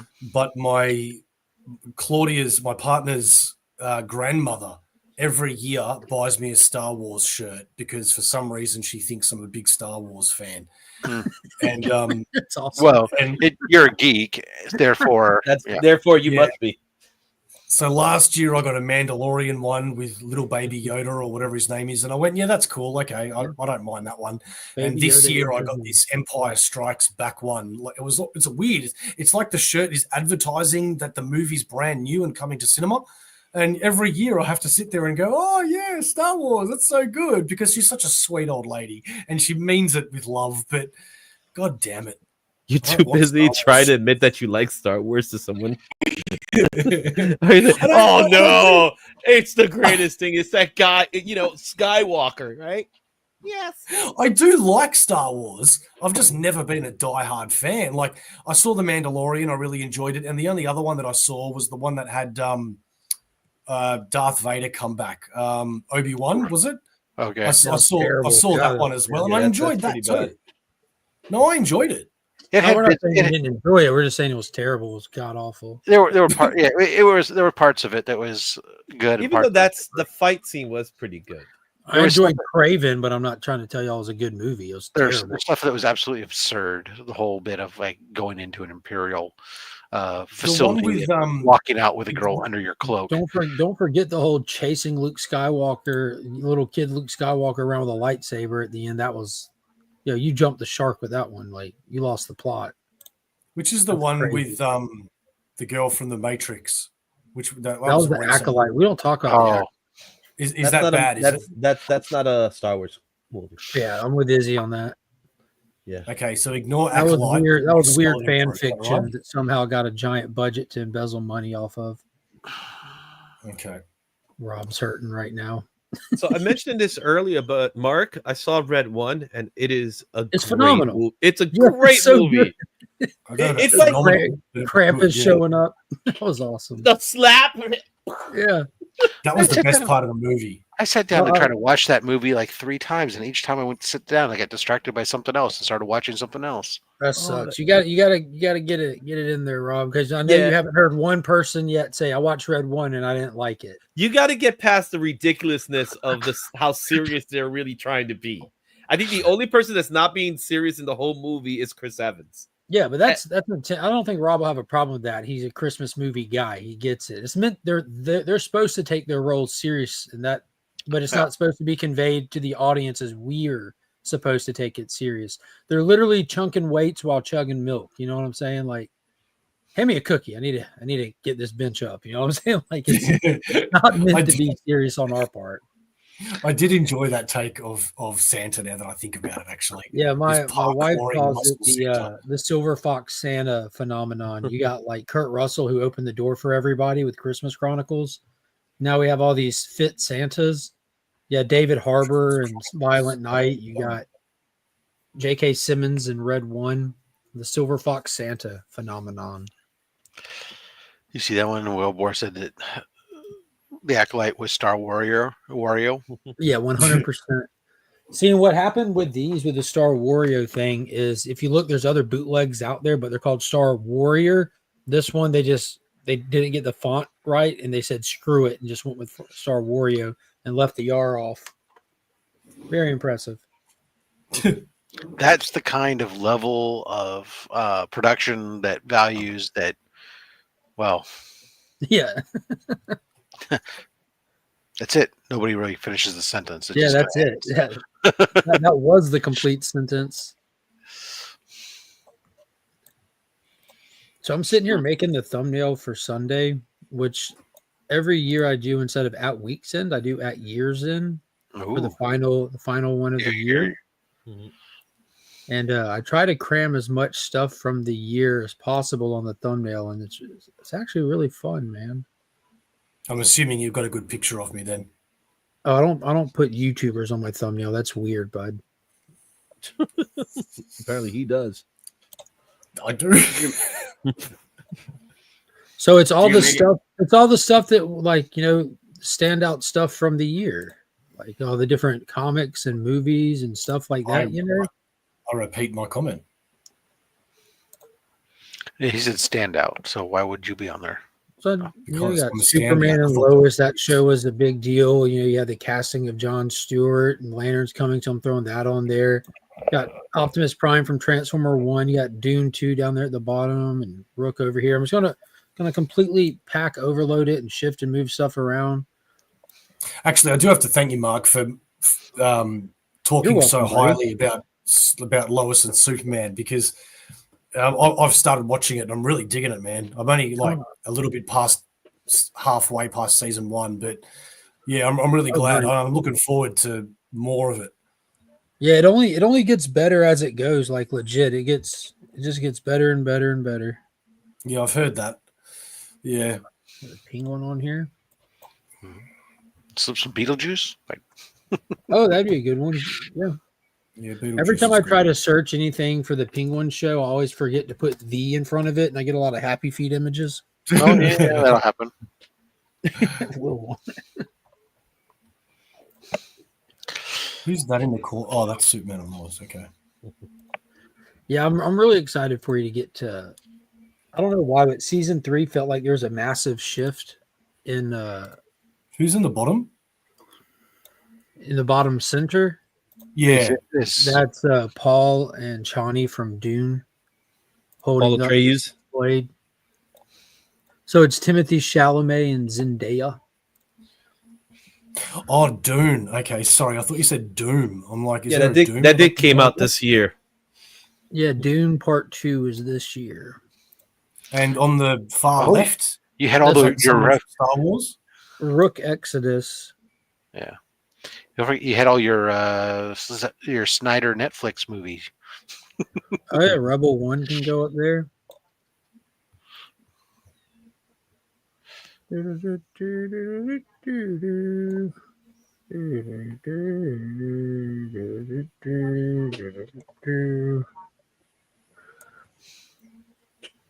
I'll stuff Penguin back in the back here. Yeah. It's fun putting it together. But yeah. All right. What do you think? You think this works? Nope. Works for what? He needs a beard. He needs a beard. You want a beard? His eyes are kind of messed up. He looks blind. Latest Daredevil run, he had a beard. It was great. Oh God, I'm not drawing a beard. He looked great. I give him little whiskers. How's that? I like the black armor costume. Yes, Me sir. too. I like Me it too, Rob. Hang on. Do you mean the 90s one or the Shadowland one? I recently saw some images called Daredevil Black Armor. And it's just they did he's got like the red lately on the sides. It's got red trim to it, yeah, but it's black. You mean the 90s one then? Yeah. Shout out I love to that trim. one too. That was Scott McCloud. I remember in the Spider-Man comics when that happened, because Matt Murdock and Peter Parker were always so tight, and Matt Murdock had faked his death, which back then I think was the first time, and so a new Daredevil had come, and it was that costume, and Peter Parker's having a conversation with him because he was going so low in the Clone Saga, and he's like, Matt, I need to talk to you, and he's like, I'm not Matt, and he's like, yeah, just drop the shit. I need to talk to you. And he's like, I'm not Matt. I'm just Daredevil. And it was really cool.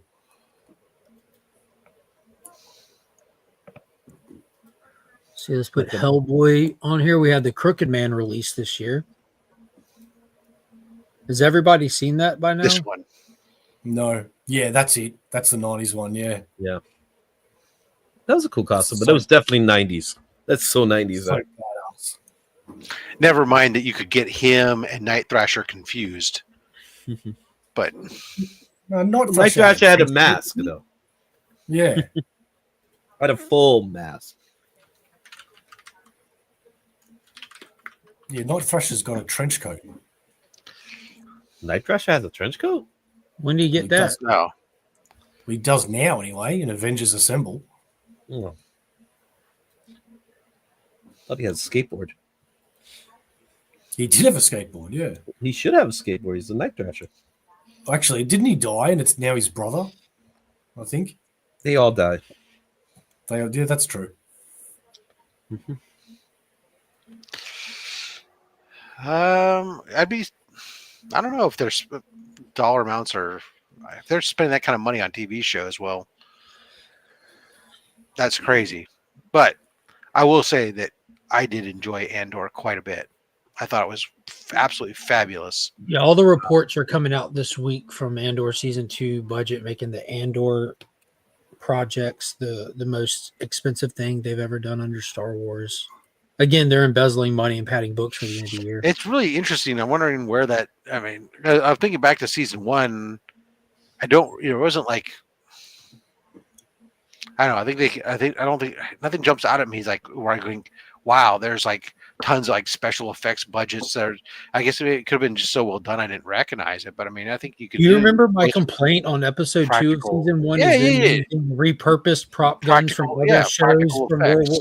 Yeah, I was complaining that they didn't create original props for Andor. I was pointing out that they were repurposing stuff from like actual Earth-based real-time stuff. I'm like, that's kind of corny. Like, this is, of course, Han Solo's blaster originally was repurposed from a. But you know what I'm saying though? Like that's funny that like we're now trying to figure out where they spent the budget when I was pointing out budget shortcuts by episode 2 of the original season. Wouldn't it just be the money it's spending sets and actors? Yeah, but I was thinking that too. Diego Luna's not like a high-paid actor compared. But what about the rest of them? What about him? You had Andy Serkis. You had I don't think but they're not making. Yeah, they don't have any A-listers though. You know what I mean? Like, those are great actors, but those aren't like people you say, oh, that's going to be expensive to have them in there. Yeah. And remember, Star Wars is using a lot of their like digital set dome that they created. Mm-hmm. So I'm curious. That is interesting. They just did it all in Disney. They just went to Galaxy's Edge. They filled them everything there. Yeah, it definitely is going to put. I mean, it's a good looking show, but I mean, if you're going to spend that kind of money, it definitely limits. You got to think from a streaming service how you're able to recoup that,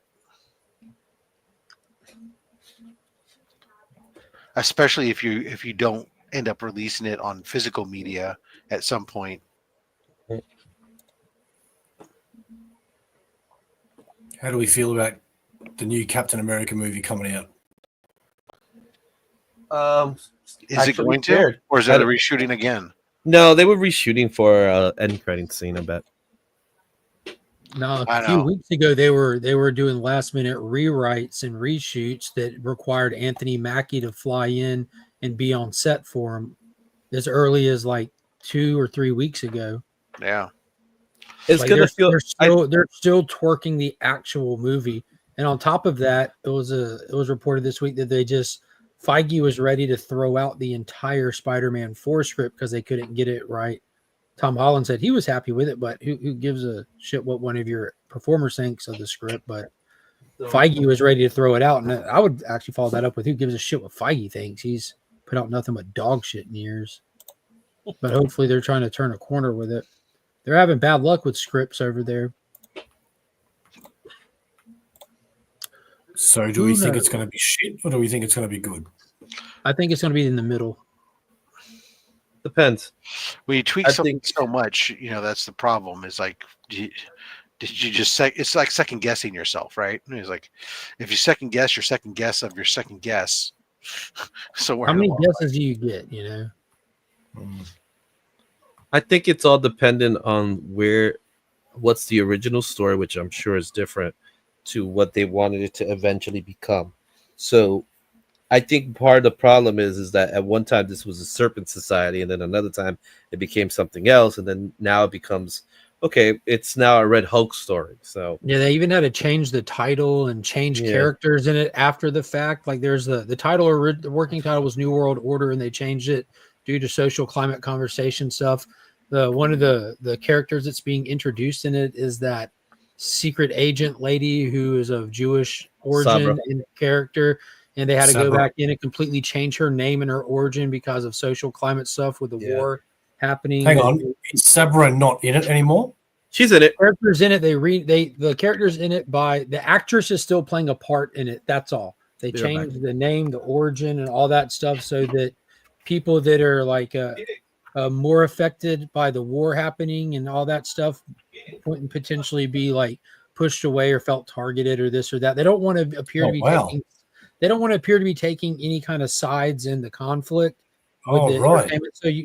So the actual conflict has affected their production, that they're trying to keep it as neutral as possible, so you don't, and you still have people in the comments on social media stuff saying, oh, they put this character in there. They stand for this and that, when the movie's trying to be like, we don't have anything to do with, this is a movie. They're trying to separate themselves. So it's been unfortunate, the rewrites and the plaguing that's happening. But the Serpent Society's still in it though, isn't it? Aren't they? Because that's Giancarlo. Yeah, I know that Seth Rollins, I think, has been completely cut out of it. I'm trying to remember who he's playing in it. Don't know. I haven't seen the movie. It hasn't come out yet, so who knows? Well, his part is officially announced. That's like saying, I wonder if the Falcon's in it. I haven't seen it.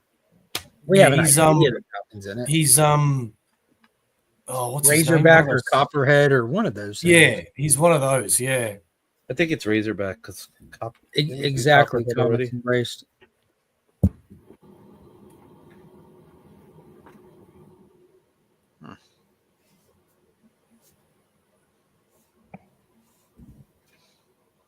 Oh, okay. I didn't know that about Superman either.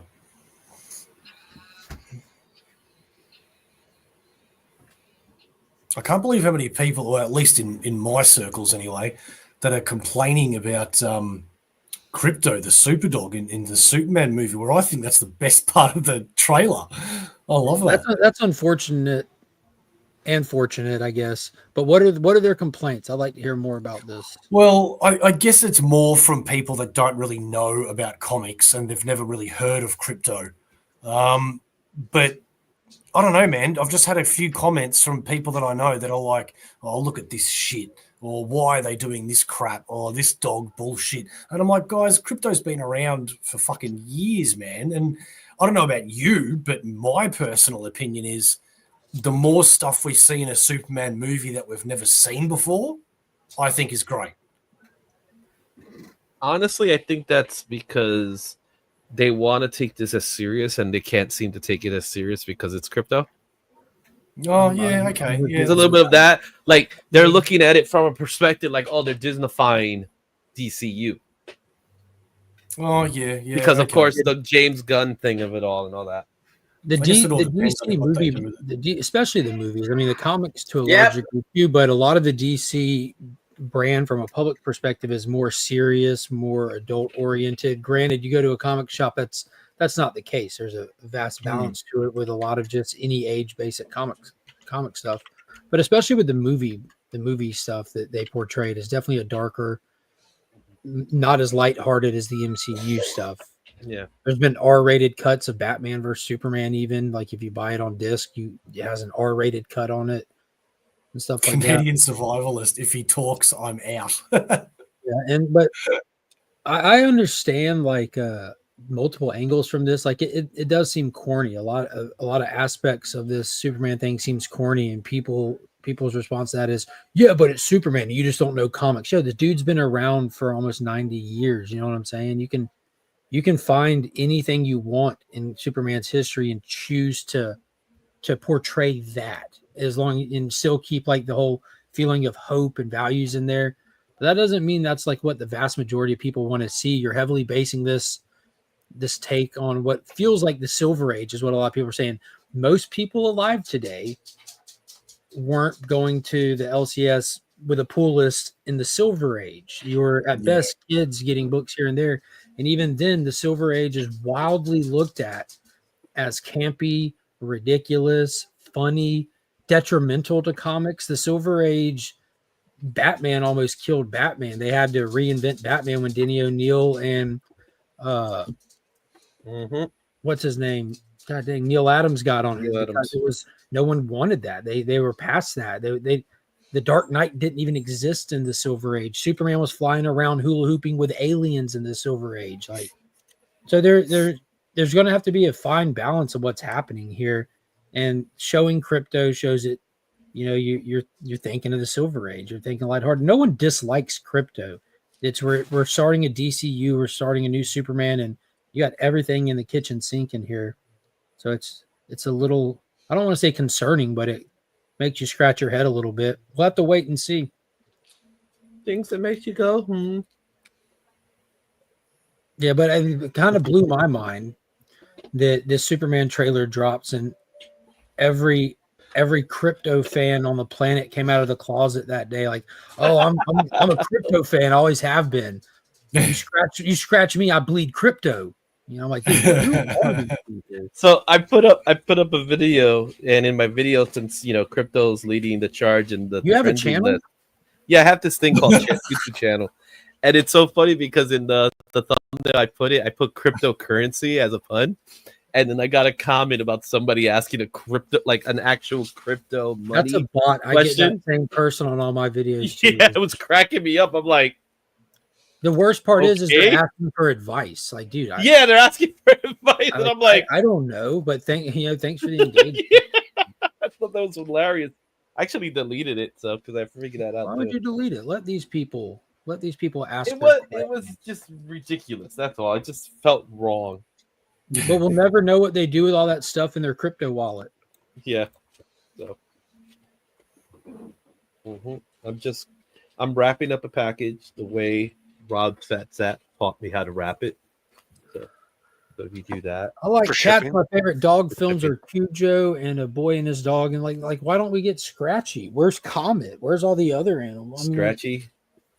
There's I don't know. And I know a lot of people are like, you have the people like concerned with the amount of characters in this, and everyone's like, James Gunn can do the ensemble cast. I'm like, yeah, he can, but Guardians of the Galaxy is a team. It's a team movie. You go into it looking for a team, wanting team dynamics, and having to spread out that time across the team, and you come out thinking that was a good team movie. The Suicide Squad, team. Spread out the attention, balance it out. You get a little bit from a lot of different characters. You come out, that was a fine team movie. Creature Commander, same thing. But Superman's not a freaking team. He's a person. I'll argue that, for the sake of argument's sake here, that this is there it is, teaser trailer. Yeah, 100. So, appearance, some of the appearances in there could be not much more than the totality of some of these characters' appearances just thrown in there into the teaser trailer for the sake of throwing a bunch of stuff in there to build excitement for something that isn't even ready for a standard trailer yet to be released. Everyone knows that good trailers coming, but I just see a lot of see a lot of flip-flopping. So with the team thing, everyone's like, they had that argument, they'll just be cameos, it's not a big deal, it won't be overbloated. Then James Gunn came out and confirmed these are not cameos, they're not throwaway characters, they're playing a part in the film, and they'll be a part of the DCU as a whole. So you have to, whether he's 100% truthful or to what degree, we don't know, but you take him at his word, at bare minimum. They're not just walk-by characters. So now you know that they do have to have something to do with it. And you look at people like, oh, it'll be fine if they have a small part. Well, one of the massive complaints about Black Adam that I saw from countless people is there's too many characters in here without giving us backstory and information. Hawkman was cool, but I don't know anything about Hawkman. But people are just not going to care about that, I guess, anymore when they see this. They're just the internet's going to forget that was one of their problems, is that you have these characters that weren't cameos. They played a part in it. It was still a Black Adam movie, but they were mad that there just wasn't enough information. I don't know why I'm supposed to care about them. But you have no problem with this when it looks like the same format or formula, at least, where you have Superman movie, not the JSA, but a Justice League International or the Terrifics, whoever they are, same thing. They're going to have a decent sized part. but they're not the plot. And it's just depending on how it's done, it could definitely be an issue. But I didn't have a problem with the Black Adam format whatsoever. When you have like comic book awareness or you read them, you don't need them to show you those backstories. You go in with your presuppositions and it fills in the blanks. It depends on who you make the movie for. If you're making it for comic book fans, then that's great, because even someone like me who isn't deep into those lore on those characters, I have a basic understanding of who these people are and what are enough to go on. But if you try to build something from the assumption that you're trying to garner people who know nothing, then you need to do a different level. You got to be careful.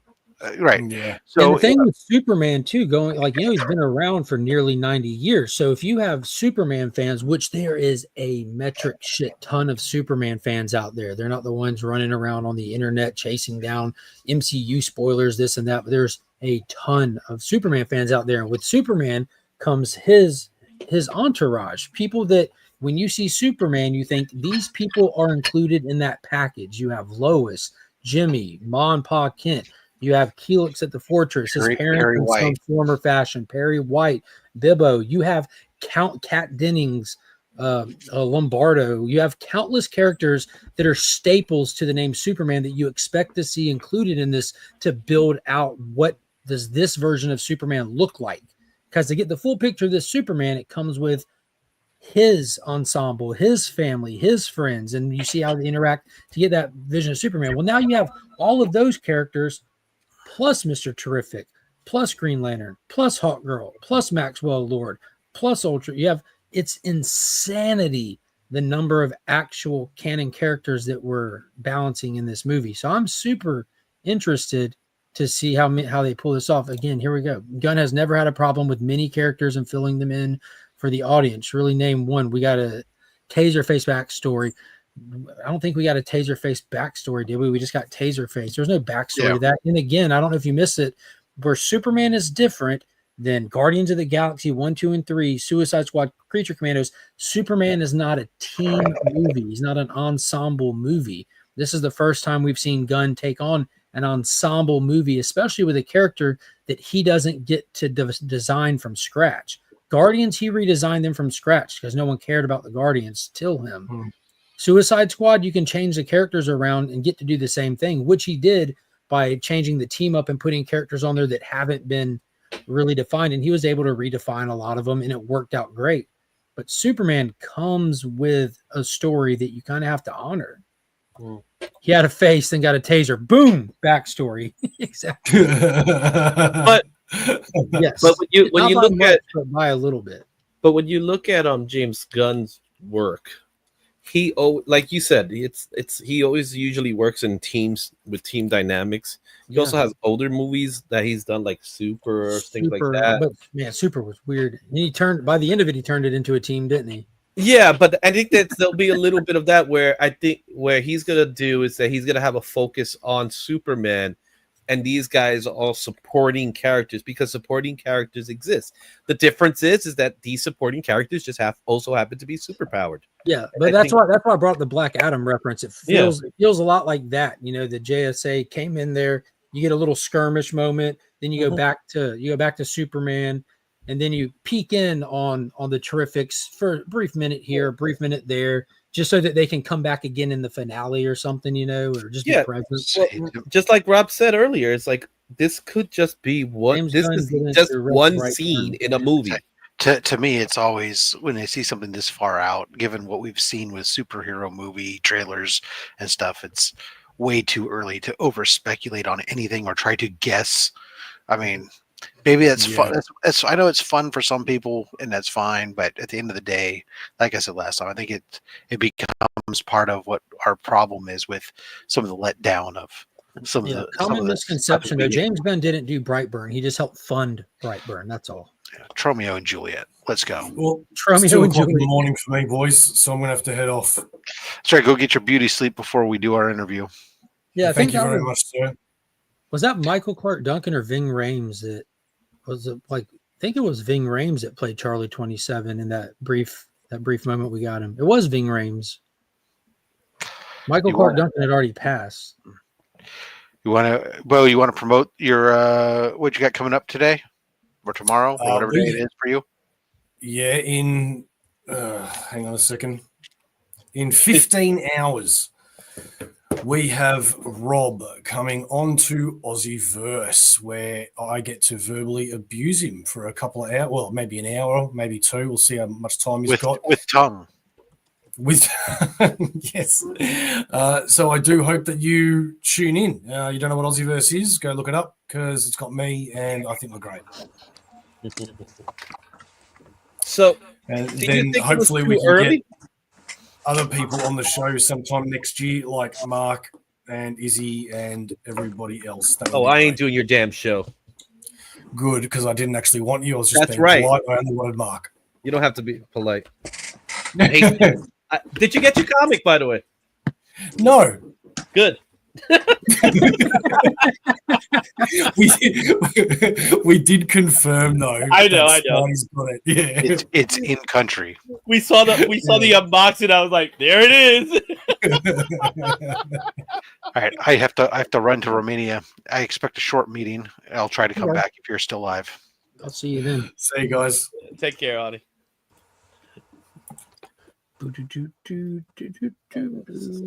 Smoke bomb. Peace. Smoke bomb. Yeah. So I'm with you on that, but do you think it was too early to release this trailer? Because now I know why they did it. So they did it so they because other movies are gonna do their trailers largely probably during Super Bowl Sunday.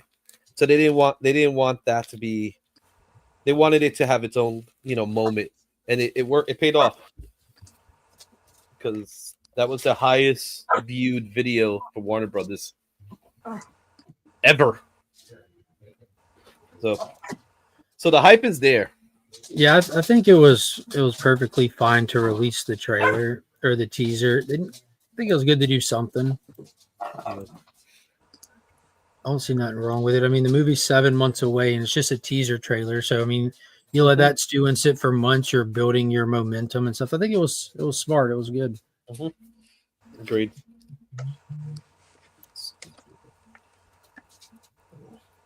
Good timing. Good stuff. Yeah.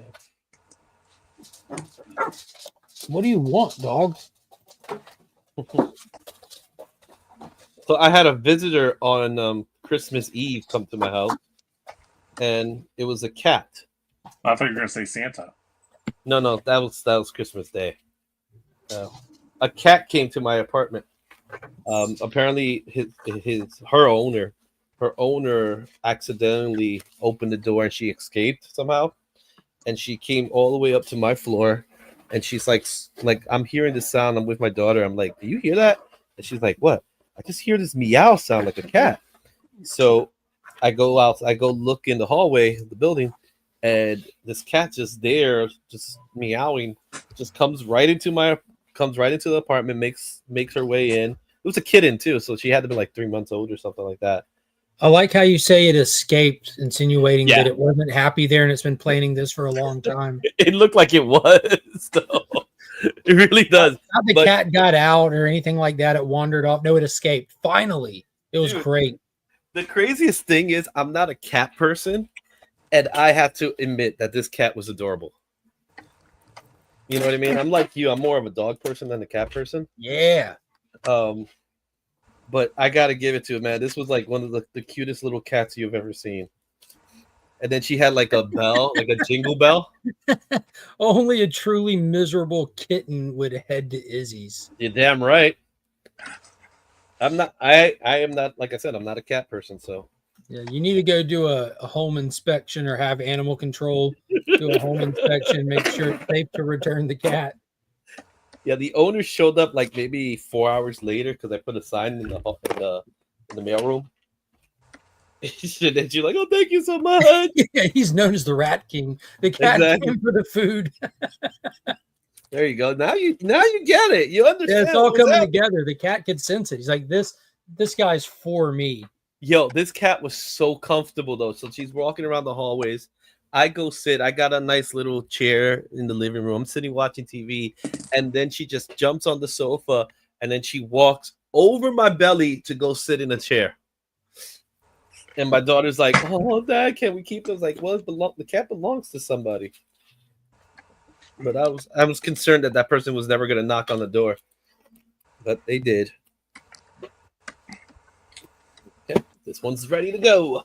And Christmas was saved. What are you boxing up, Izzy?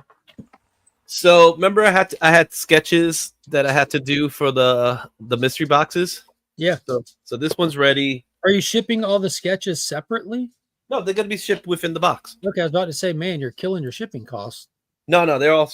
That's why I didn't do. That's why I did the drawing, so I could get shipped that as well. Everything all together. So they want to do that. Yeah, this is a good point. I wonder what the original schedule for everything was before the strike. They definitely changed everything. That's for sure. Did y'all check out the new episode of Creature Commandos from Thursday? No, I've been busy. I wanted to see it this morning, but I didn't get a chance to. Phosphorus has his beast mode moment. You know, there's a fight, there's a fight that goes down in a tank charging at him in the streets, and he just throws his shirt off, throws his hands up, and just yells and charges super hot, then puts both middle fingers out, and the tank tries to run into him, but he just melts straight through it, through the drivers of the tank with his middle finger up, leaving a middle finger shaped fist hole in their heads and then out the back. It was hilarious. It was a really cool moment. He's a fun character. He is, man. He really is. He really is a fun character. I like him a lot. So let's see, what's this? Oh yeah, now I remember what this is. Okay. Try to make some space here. Anyone see Craven yet? I know a lot of people missed out on seeing that on release weekend, especially after Fail of Joker 2. They need some good press. Yeah, definitely. I got you. This is your sketch right here. I don't want to see it. Hold on, I'm on another tab. Hold on.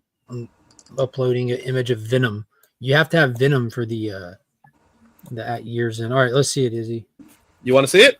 Yeah, I don't mind. Oh, that's awesome. Yes.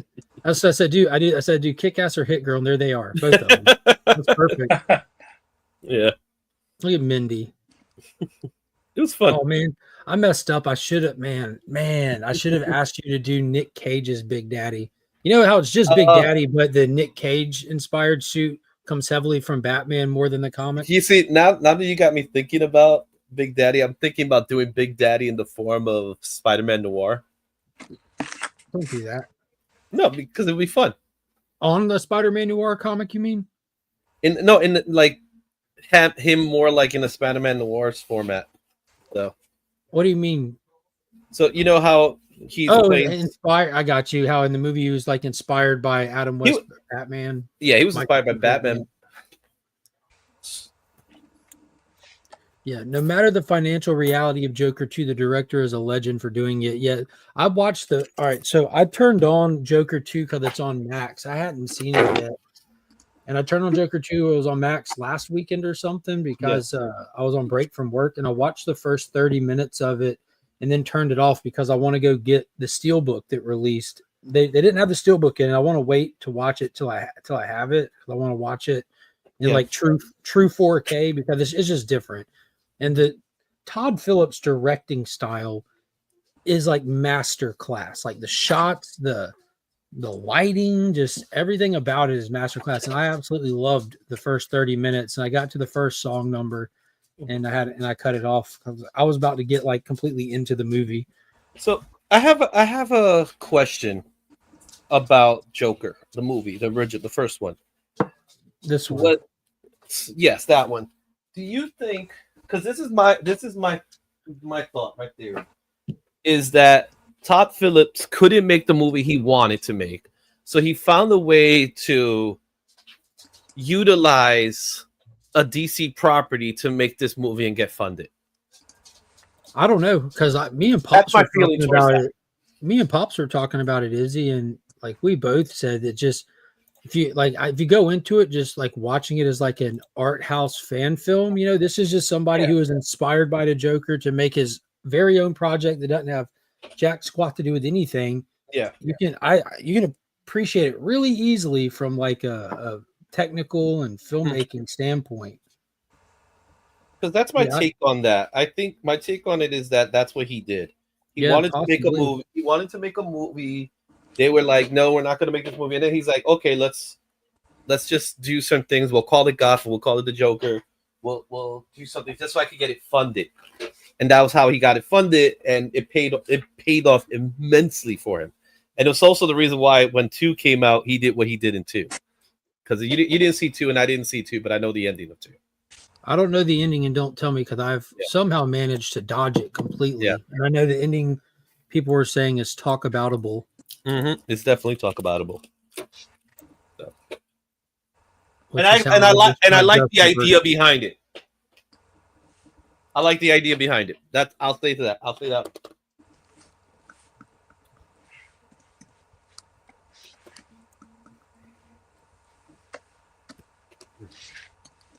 Is Taylor Winder still on? I want to know.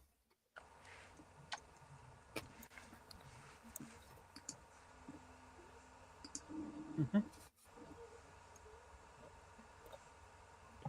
I hate the first Joker. That is an interesting theory, Izzy.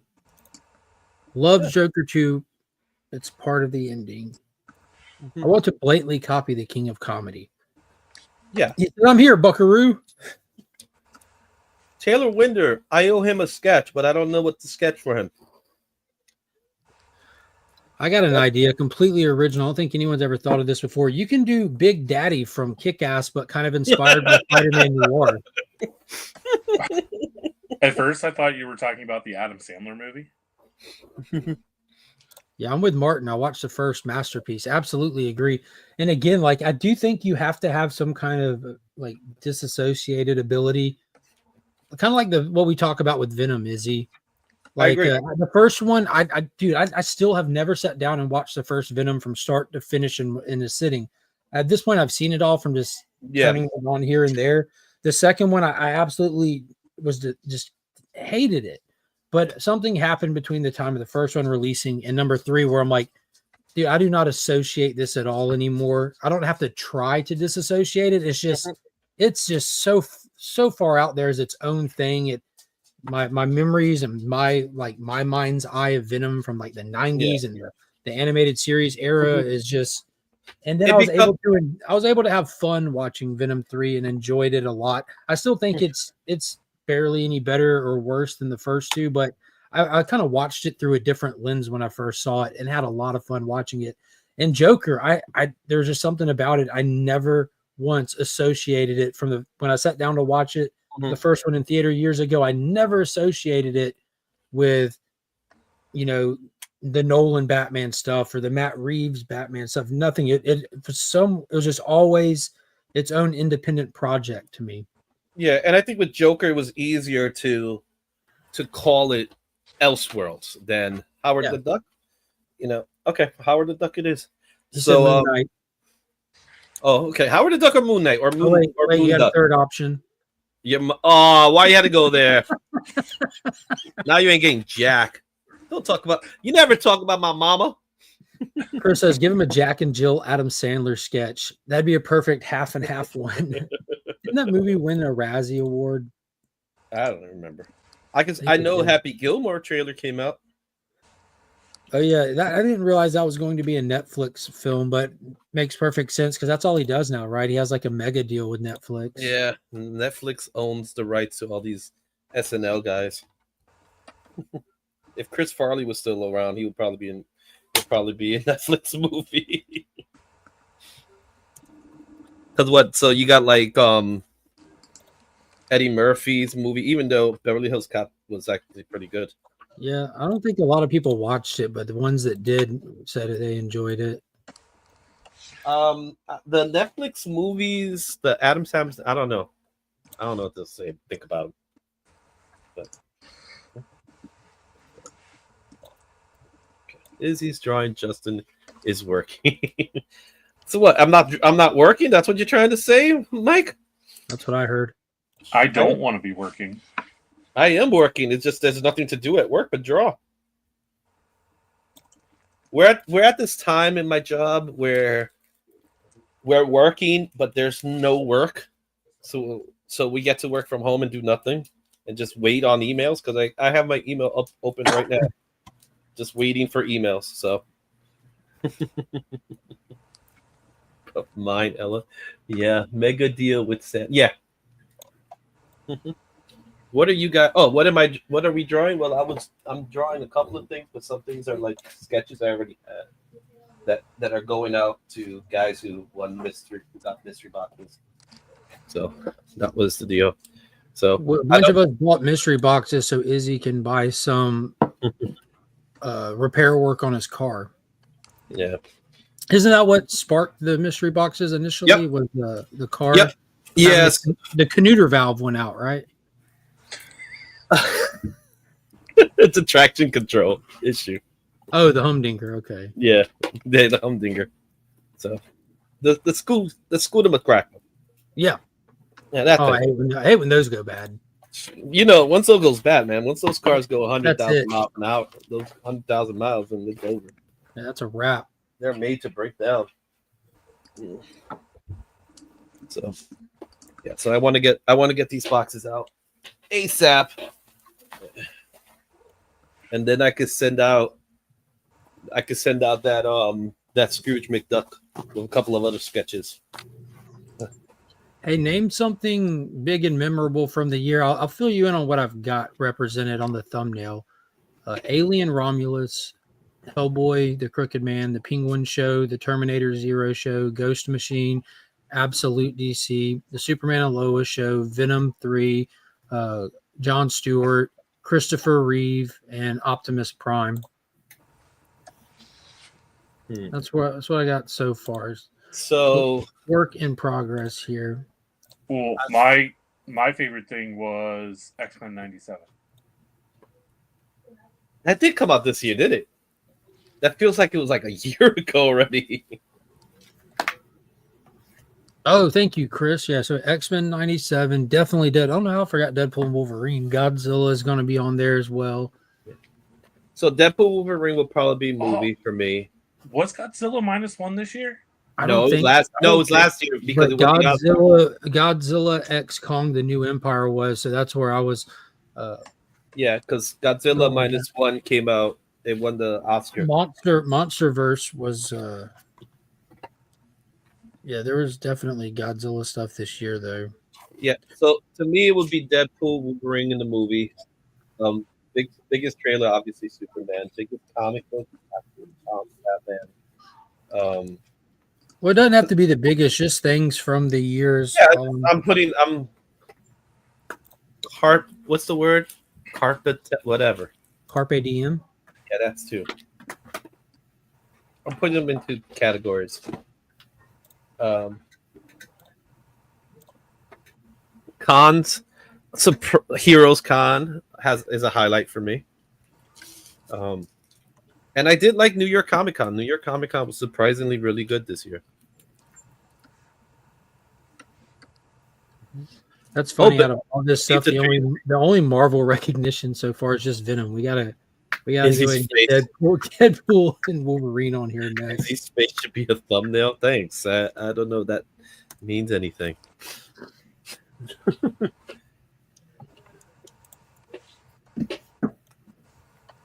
think we're gonna put Deadpool and Wolverine front and center. Notice. Surprise to me was Transformers. Tack them on. Yeah, I got Transformers 1. I did him equal opposite of Christopher Reeve right in the center. I thought that was a perfect placing for that. The placing really doesn't matter. As I stack stuff on here, I'll just start adjusting and moving and all that. Yeah, to me, Transformers. Yeah, look at that. That'll go good right there. Just big right surprise. Just Deadpool and Wolverine. Yeah, that was a good one, Chris. Let me find some X-Men 97 stuff. Terminator? What was the big Terminator thing? Not the comic. No, Terminator Zero came out on Netflix, my man. Okay. This goes up to see who's. Now I'm gonna grab one character. Oh, the crow was not a highlight. It doesn't have to be highlights. It's just the year in review. I prefer highlights because it's definitely more enjoyable to talk about stuff we enjoyed over the year. Because there's so much stuff you don't need to waste time talking about stuff that you like. But I'm going to pick one character from '97, and it's going to be my favorite. That's who it should be. And I think he was really the standout anyways, was he not? It was the most impactful character, I think. Yeah. And strangely enough, Wolverine was like third. Even though I did like every moment Nightcrawler was in. The only thing I remember about Wolverine in X-Men '97 was Morph trying to bang him. Yeah. When he goes 6 reasons and then Nightcrawler shows up and says 9. That was good. That was probably my favorite Wolverine part. They did Nightcrawler right in this one though. Because that was the part that they didn't do too good in the original cartoon. He was more serious in the original cartoon, especially for the theme they were going for. But he was fun in this one. Mike, if they get into comic books instead of cryptocurrency, let me know. I'll throw them on here.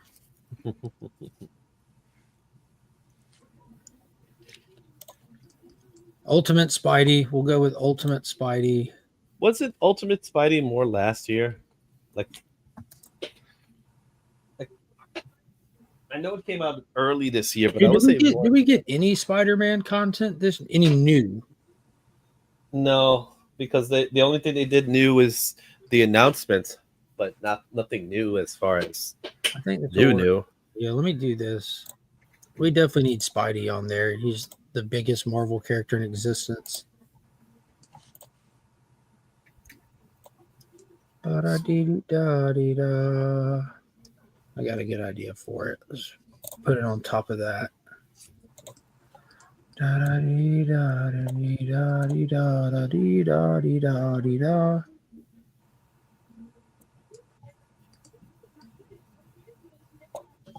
Ha ha yay hee. Boop. Boop. Faded tailless balloon. Take that off. Faded does not mean fading.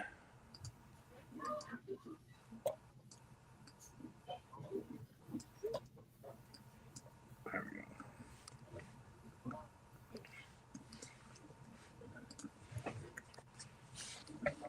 go.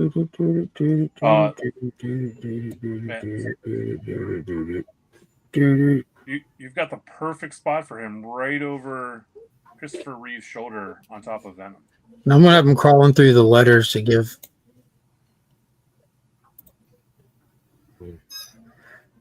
So there's something in the middle.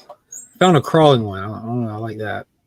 Let's see here. I'm gonna put Godzilla's head up there or King Kong's head up there. I need that spot for one of the larger characters. Gotcha.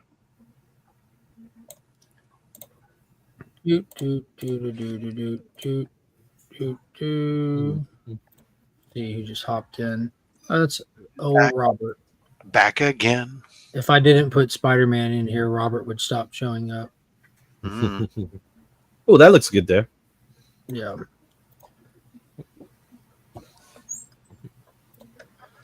Rob, what was something memorable, good, bad, or whatever from the year for you? I'm trying to get as much stuff represented from 2024 on here as possible. Right. I had already thrown out a couple things because, like I said, like the Beetlejuice, and I said the the Hawktua girl.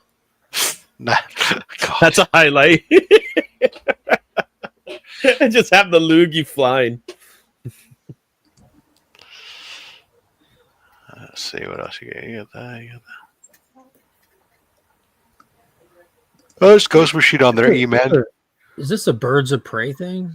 I'm assuming that's a Birds of Prey. Yeah, Optimus is up there next to the logo, opposite side Christopher Reeve. 100% intentional.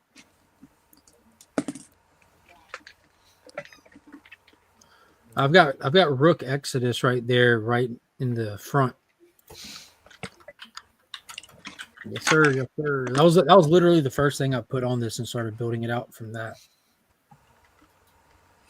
He went with Plastic Man, Red Tornado, Howard the Duck, Moon Knight, your mom. Well, I mean, you can do countless characters, but I'm trying to like hit different stuff. You know, I'm trying to like that way it represents different things. We got X-Men 97, Alien Romulus, Hellboy, Penguin Show, Terminator, Ghost Machine, Deadpool and Wolverine, Spider-Man, Optimus, Christopher Reeve, Superman and Lois, Absolute Batman, Venom, John Stewart, Green Lantern. Oh, that's a good one. Slides and throw Space Ghost on there. Let me get Godzilla on there real quick.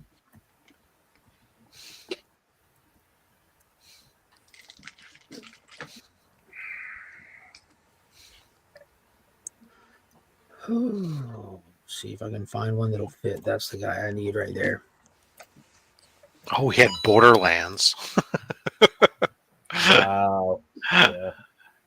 Did anyone else watch that? I did, but yeah. You saw it? I went to the theaters to see it, yeah. You went to the theaters to see that? You're the one guy?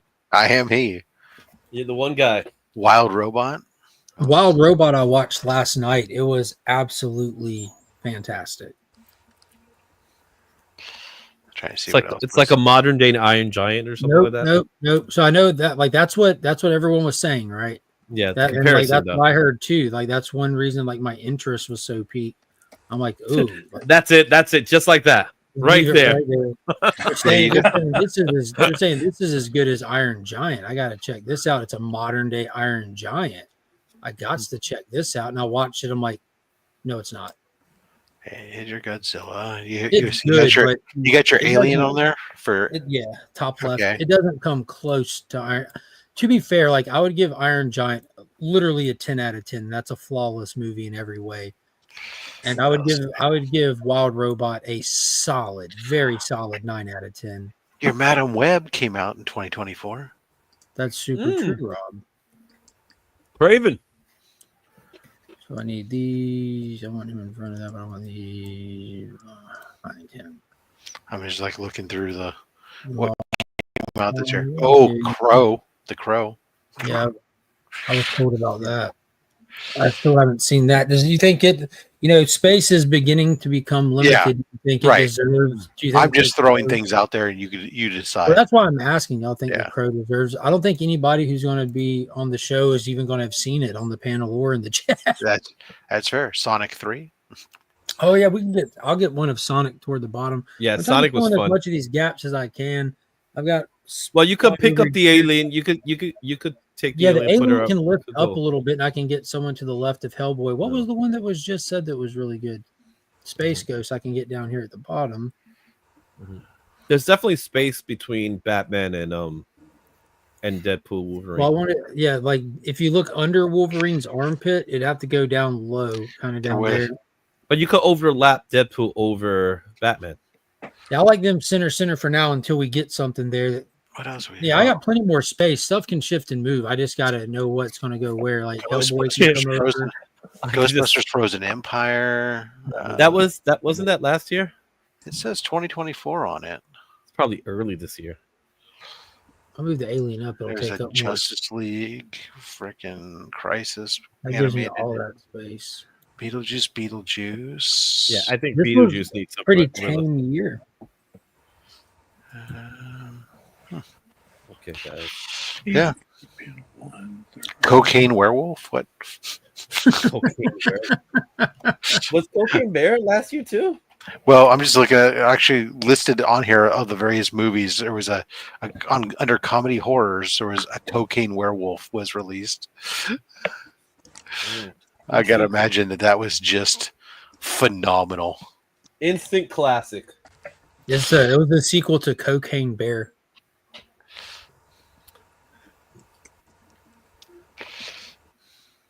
Where did my little Dune people go? That means I want to switch up my Dune people here. Yeah, let me get these situated. I'll add this in at the very end.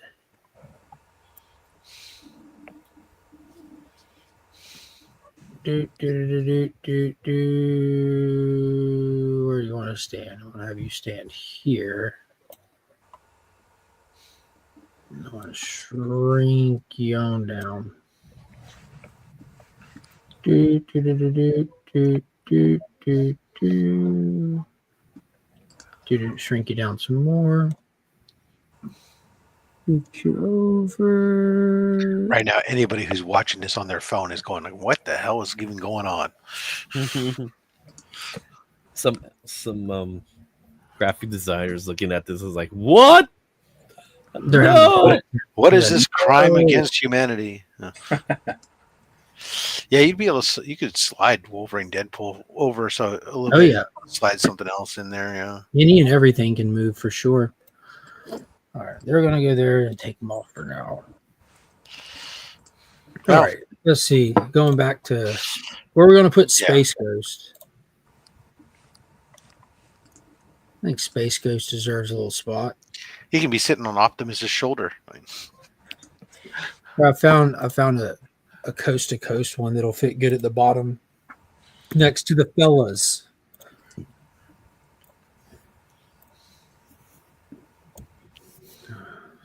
Here, boop, boop, boop, boop, boop. Don't forget to save your file so that way you don't lose it. If you all that, right? Imagine.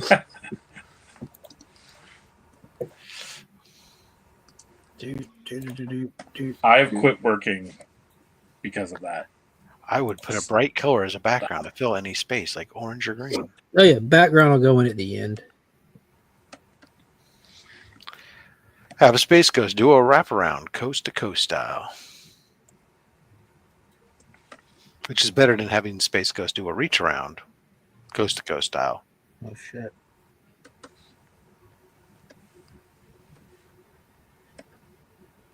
Get that down there.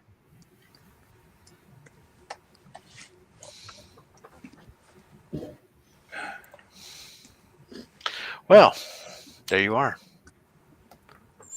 We'll check back in later. Ed Bulmer from Lower Decks.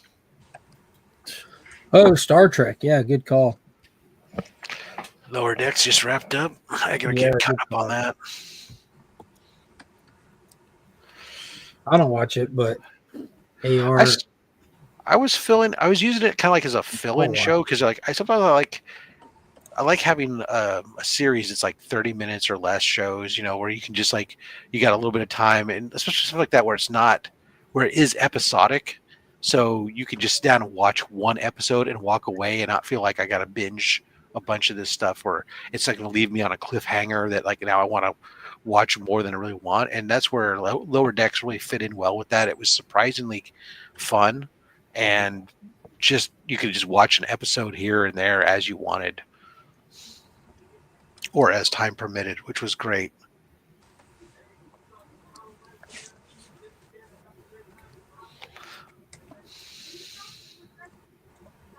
Did it end well? Was it everything you wanted and more? Rob? I'm sorry, I was reading an email that somebody's fucking making me have to do more work. They're changing the parameters of their ask after the fact the contract has been signed. This is how you bring out the beast in Rob. Yeah, I'm not happy when fucking people now make me want to make me do fucking the work over again because they couldn't fucking express their ask properly from the get-go. I gave them exactly what they asked for. The customer signed it, and now they want to go, oh, but it's not what we wanted. They say the customer's always right. Within reason. Within reason. The customer isn't right because there's a contract. And first of all, it's actually the customer's always right when it comes to fashion is the fucking expression. Not when it comes to taste. I'm sorry, when it comes to taste. They never said anything about the client being right though. When you got a contract, the contract is right and everybody else is wrong. Isn't the contract binding? Yes, and that's exactly it.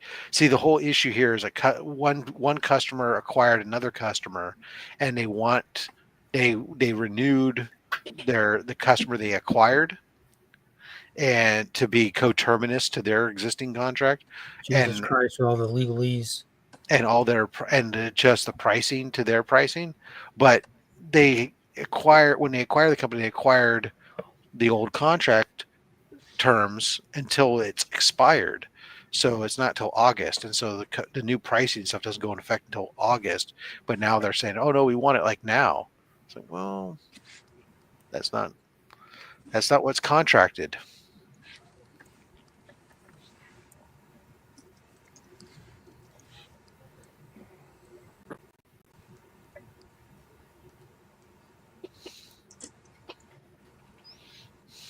So I decided on Howard the Duck. For Taylor? Yeah.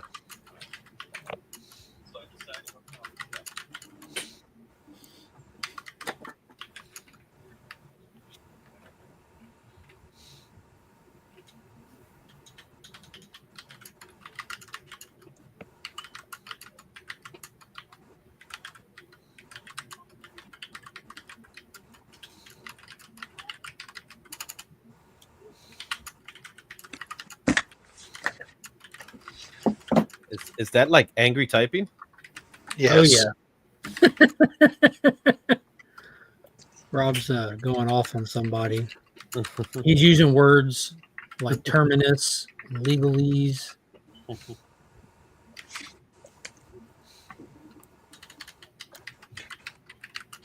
Rob, I hope you end the email with, "I'm not mad, I'm just disappointed."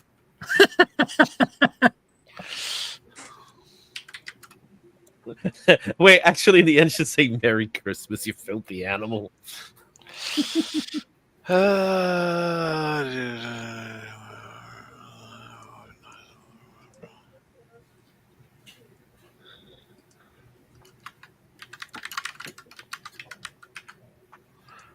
Essentially, no, I'm just ending it with, it would be nice if all the requirements were presented at the start rather than deciding to change the terms after the fact. And then That's having the almost mode. just that's worse. Yes, because Disappointed. this is what I do. This is how I write things that say very clearly say "fuck you, you asshole," but when presented to HR, says nothing to the sort. But they know what I mean. But could it also have like a drop mic emoji afterwards or something like that? There's no emojis in professional business fucking emails. Oh, okay. That's something I didn't know. Guess I'm gonna have to take it all out of my signature.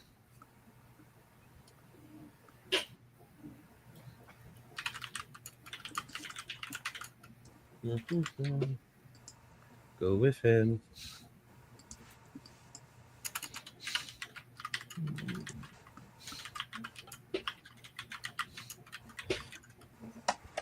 Why are there so many changes?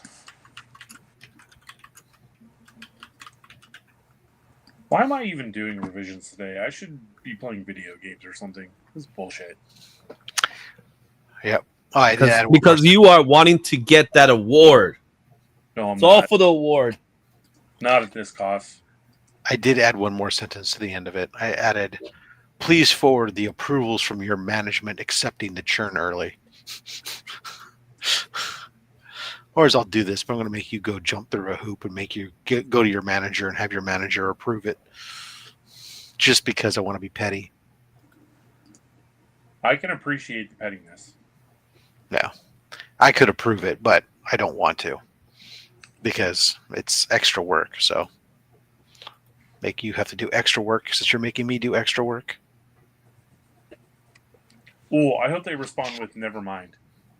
That would be great. You don't see that coming. It happens every once in a while. Every once in a blue moon, I do get a, "Oh, you know what? Actually, I talked to the customer. They're fine." On second thought, you know what? We were thinking. Fine contract. Really fine. They don't want to have it. They don't want to go through the signature process again. Yeah, it's like, and it was great as I'm making them jump through these hoops, but I'm thinking the reality of the situation is, I think we're talking about like, less than $200. So it's like, it's like a sneeze. Like, it means nothing, but. Mm-hmm. Means something to you, doesn't it? It does. That's the worst part. It's like nothing to the customer, but it really requires fucking effort on my part. I have to rewrite a goddamn document. Actually, that's not true. That's not really true. I'm going to open up the file, the editable file, and I'll edit the existing document. But it's not the point of how much. Justin Birch understands what I'm talking about. I'm going to have to like open up a file. I'm going to have to highlight and delete a piece of text and enter a new line of text in its place. I mean, make sure that the fucking font matches the existing font and all that. Yeah. I might even have to hit Control V and Control C and Control V and Jesus Christ. That's all I do every day. Rob said nobody controls my V. Command C, Command V, Command C, Command V.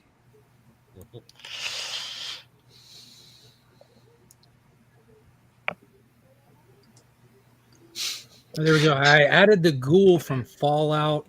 Got Beetlejuice on there. Fallout was pretty good. I got the lower decks guy on there. I have no clue who it is, but is it the cyborg? No, it's some dude with purple hair. Okay, yes, Balmer. I need like one more thing, then I'll drop the background on it and be done probably. How about Fall Guy? I try to keep it comic booky related if possible. I'm just kind of scrolling back through my thumbnails from streams from over the year looking for something.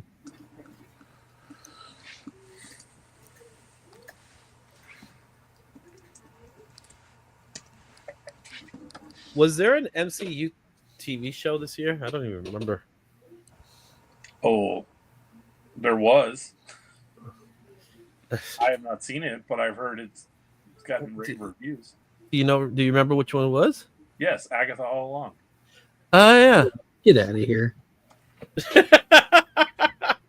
I saw it. I liked it.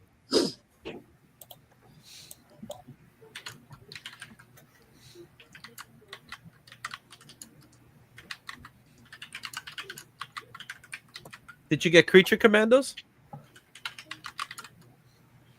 There's a lot of DC stuff already on there.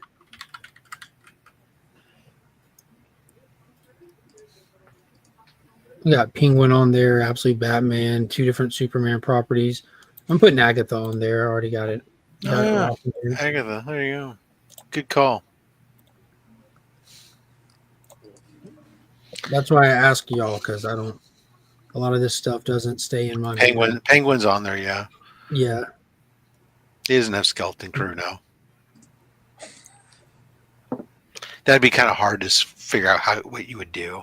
I think you got a lot. The droid. You only got so much. That's true. The droid's probably the most recognizable. I can easily stuff a Skeleton Crew droid on there.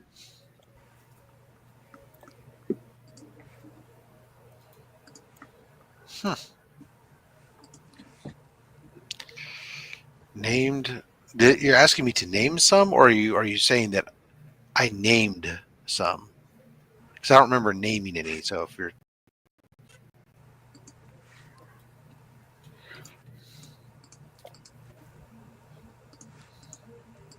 You talking to me, Rob? No, I'm talking to Couch and Slash with Steve Izzle. Sorry, he said he wrote something on the chat about lamb chops. If you named them earlier, I didn't hear, and I generally would like to know your suggestions. So, when Rob said that, he said it in his best teacher voice imaginable. Like when you asked them, "Can they go to the bathroom?" and they said, "I don't know. Can you?" That's exactly what may. And I said, "No, may I? I certainly hope you can."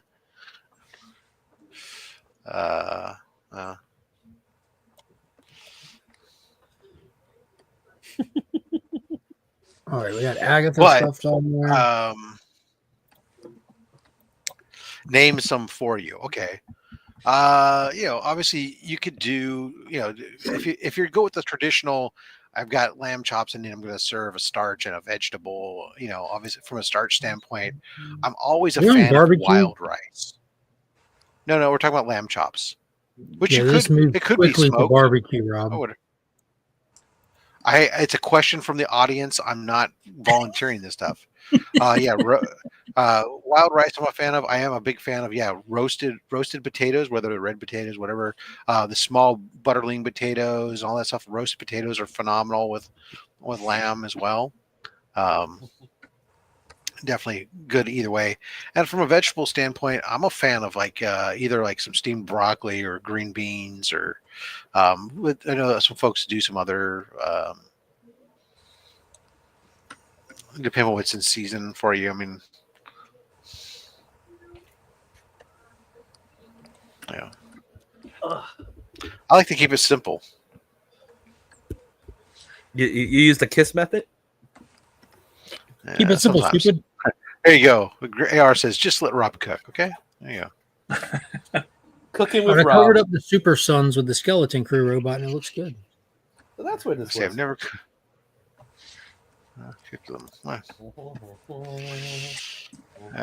Do you turn the lamp off? Okay.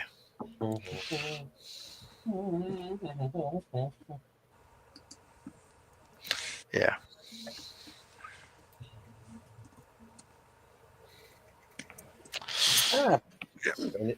Yeah, I like wild rice with like lamb chops works well. I also like it with like when I do game hens, I always do wild rice with game hens.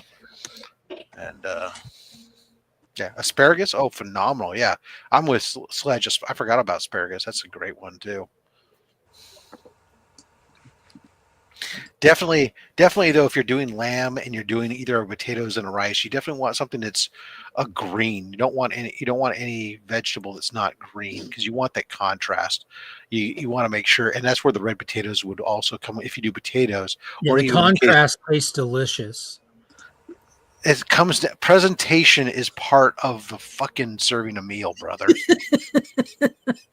And having a plate that's all one color is not appealing to the eye. It may taste good, but having a color contrast with either like the red skin from the potatoes or even the wild rice can provide some, which is good. It's not plain. So that's great.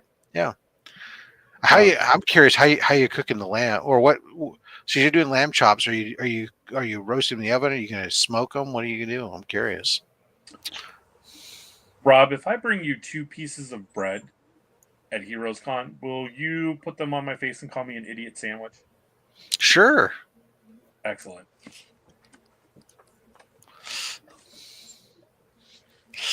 Sledge is more of a okay. You don't care how it looks. You know what?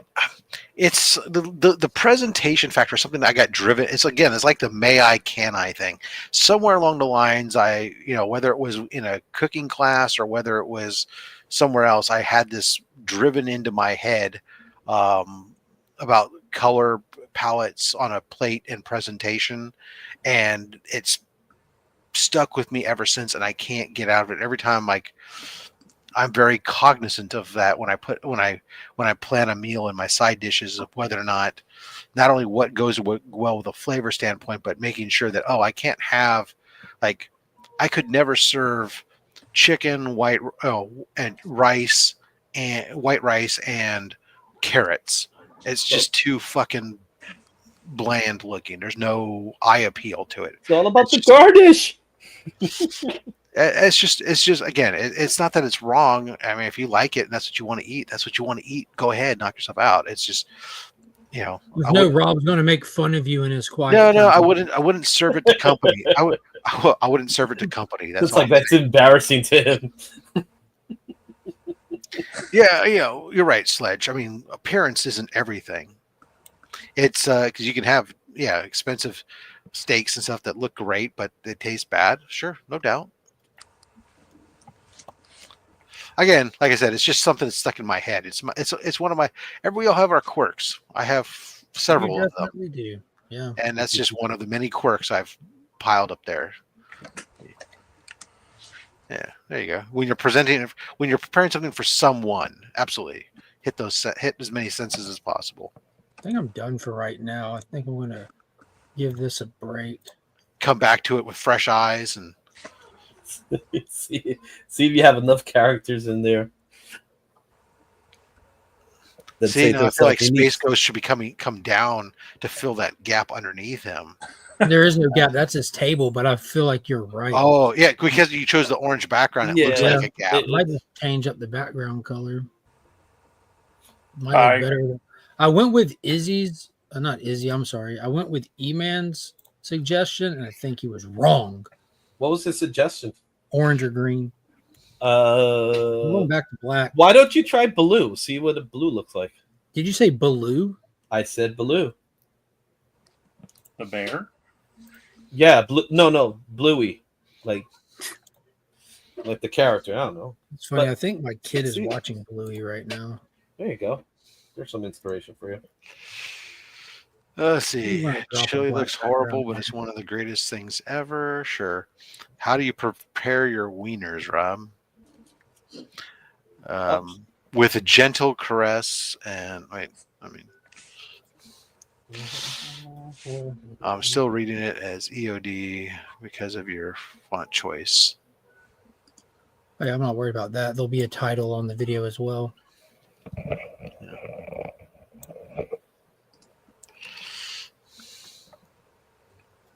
It looks better with the black background. Yeah, the black background looks good. It doesn't make it look like it has as many gaps in it. Yeah, it's not as busy anymore. Yep, sticking with black. All right, I'm gonna let that. Here you go. I'm gonna hit save one time. There we go. So I saved my work.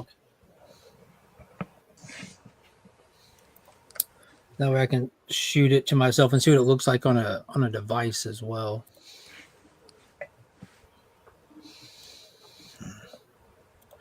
Need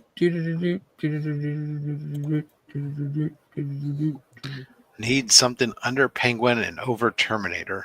Yeah, I'll end up throwing some more stuff on it later. But my eyes are starting to cross.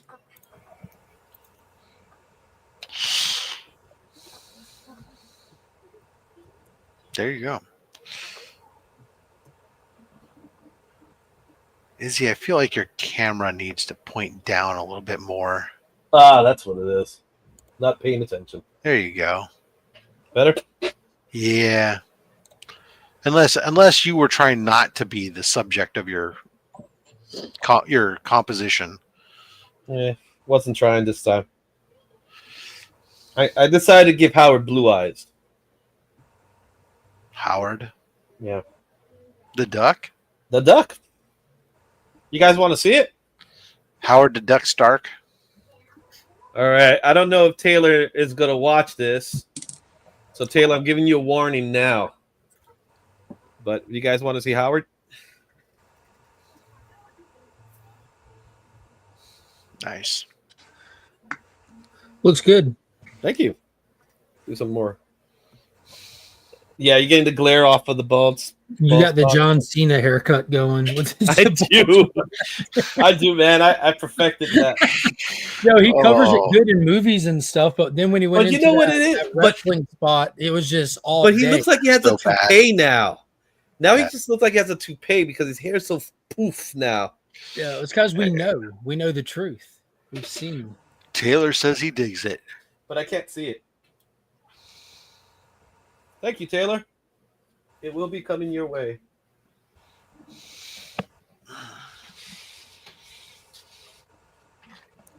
I love when you say, "Oh man, I'm hungry," and then you look over and you got a nice container of trail mix sitting there. How's it? What's the presentation of the trail mix? Does it look good? You present it well?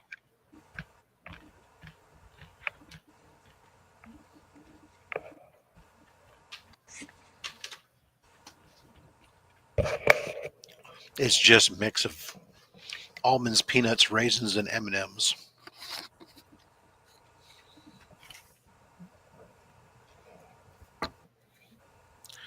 Bland looking trail mix. It might be, but I'm not serving it to you, so that's fine.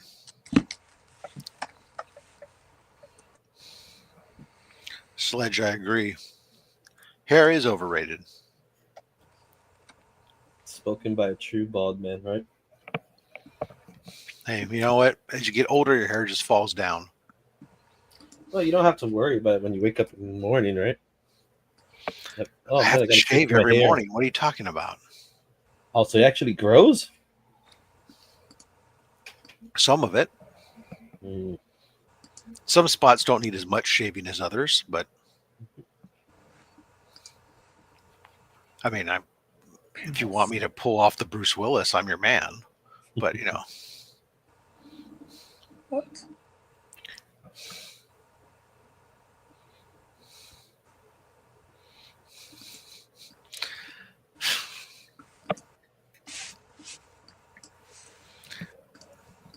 whatever. Anywho, I can't help but think that all of my problems would be solved if people would read their script before they give it to me. It's like you know, I can appreciate that. It sounds very similar to my own problems. Like, just read it. I know you wrote it once, but then you get the art, and then you read it again compared to the art. It's not a big ask. So I love this. So in our back and forth here, this guy who had asked me for something, and I sent my whole thing about if they had provided this earlier, right? His response back was, "I agree, but I think you'll agree that this was an extreme case where I was being jerked around from legal to renewal to deal desk. I'm sorry for generating more work for you and your team." And I responded back, "I don't recall jerking you around." And because I'm in that list of things he said, and I'm like, he responds like, "I never said you did." Well, obviously you didn't read your sentence that you wrote because you clearly did. This is getting intense. Hey, if only he knew. Do you know what else is intense? Camping. Camping.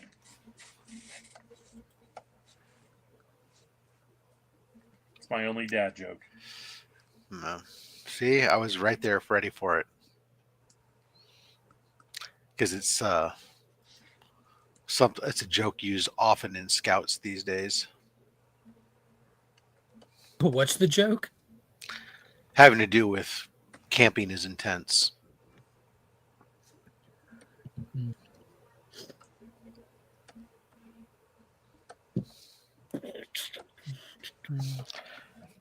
Yeah, I'm sure. Looks like the hairless are banding together. I disagree with this. Oh, we talked about that. Yeah.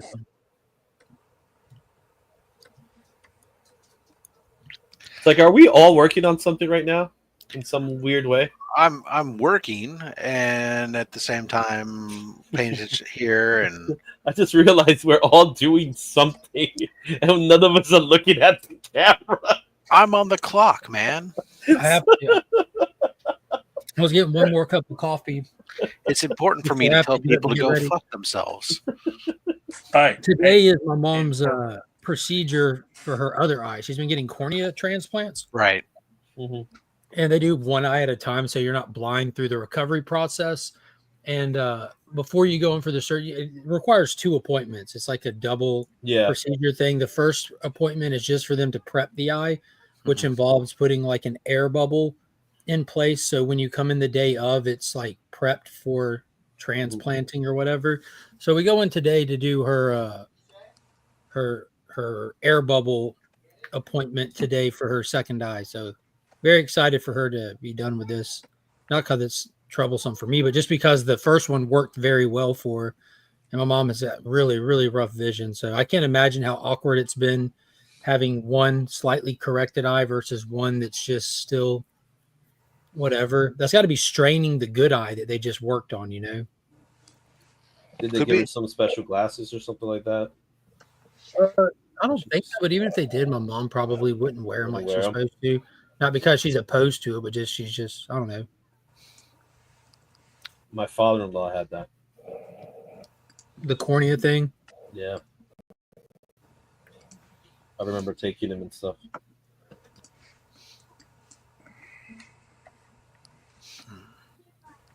Okay, I think this is done. Actually, I like it. I might keep it now. A little bit of shading on that.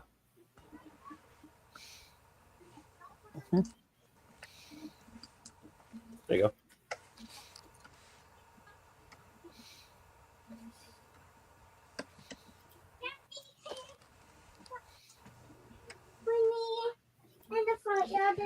I'm about to go get in the shower because I have to take G to go get her eye surgery today.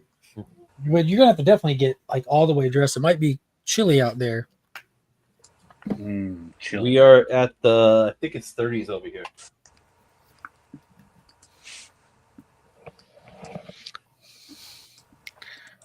'30s. That's brisk, baby. 30 on the dot for us. It was freezing on Sunday. I know that much. It's 57 right now. Oh, that's pretty cold over there. It's only going to get up to 60, mid 60s. So, Ooh, I'm sitting at a balmy 45. no rain in the forecast, just clouds. It snowed. It snowed on Christmas Eve over here. Oh, that's nice. 94% humidity, but thankfully it's cool.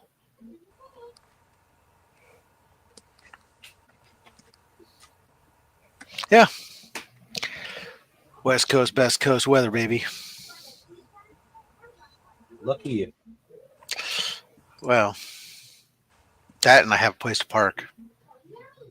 Oh, I have a place to park. It's just I can't always find it. I can. It's right in my driveway. Well, lucky you. Put 2 cars in the driveway. Christmas parking over here sucked. Oh, God, I can't even imagine. Yeah, like, problem is now is right now with the youngest home, with everybody home, there's like 4 cars. It's like, ugh. All right, well, it's exciting. Everybody, thank you for coming on out to the Legion of Comics hangout here. Don't forget the at year's end coming up this Sunday. Sunday. Bring your lists. We're going to be talking top 3 of all the highs and lows of the year in comics, movies, TVs, and more. Pickups, miss outs, all kinds of stuff. I'm going to have some extra people on the panel probably. I know Brother John is joining us, and AR should be back this week as well. So it's going to be fun. Might give some stuff away. Phenomenal. This evening I'll be hanging out with the low grades before I'm on with Omniverse or Aussieverse. And then Saturday, only slabs. We're live. Chris and I, our 2024 top 10 face-off. The top 10 books each of us picked up, slabbed books that we picked up this year. So it's going to be a only slabs battle, huh? That's right, unless you're Chris and you say it's not a competition, because that's what losers say. It's definitely a competition. I mean, that's like James Gunn saying the DCU starts with Superman. No, it started with Creature Commandos. Because like I can prove it. Because like Justin, when we're talking started with Suicide Squad, we're doing various comparing various letterers. Is there a competition? No, it's never a competition. See, told you exactly. Thank you. Unless your name stands the tie. The competitive awards and the sandwiches. Sandwiches equals competition. God, I love you, JB. Hey, I get it. You should send them the same amount of money during the year. Well. And also tonight, don't forget 9 p.m. I'll be on In the Mix over on DJ Lynch's channel. Make sure y'all swing by there. Unless it conflicts with something Rob just announced, then watch the Rob shit on the rewind. We'll see you on In the Mix at 9 p.m. I will say that, Taylor, to make it fair, I sent some books into CGC, and CGC just held on to them for the entire last half of the year. So 2 of my major keys aren't here and aren't going to be part of this. So no first Black Widow and no first Werewolf by Night in my list. So you're playing in a handicap and you're still planning to win. Yes. And a big key that I picked up at the end of the year here isn't going to be here in time, so that's fine. Yeah, that'd be funny if you end it nail in the coffin with a live unboxing. If it arrives here in time, it will make the list. But that would be awesome. Justin, what do you got planned for the weekend? What do you got going on? What are you reading? Reading a good amount, but as far as videos go, when it comes in, the Right Volume 1 of Forged is coming in today. And then I'll have the complete December haul on the 1st of the month as planned. And then just comic reviews, maybe in between. I hope you go see Santa at the mall next December and give him the same vitriol about the wrong volume coming in. Take it with you. Look, Santa, this is the one. This is the one. Now this year, make sure you get my list right. That would be hilarious. But I appreciate everybody coming and hanging out for a while. About to go get to it. Everyone have a good Friday. See y'all tonight at 9 p.m. DJ Lynx is in the mix. And until next time, I think in the media assets, Rob, we play them out with a video. You want to play them out with a video? Let's do it.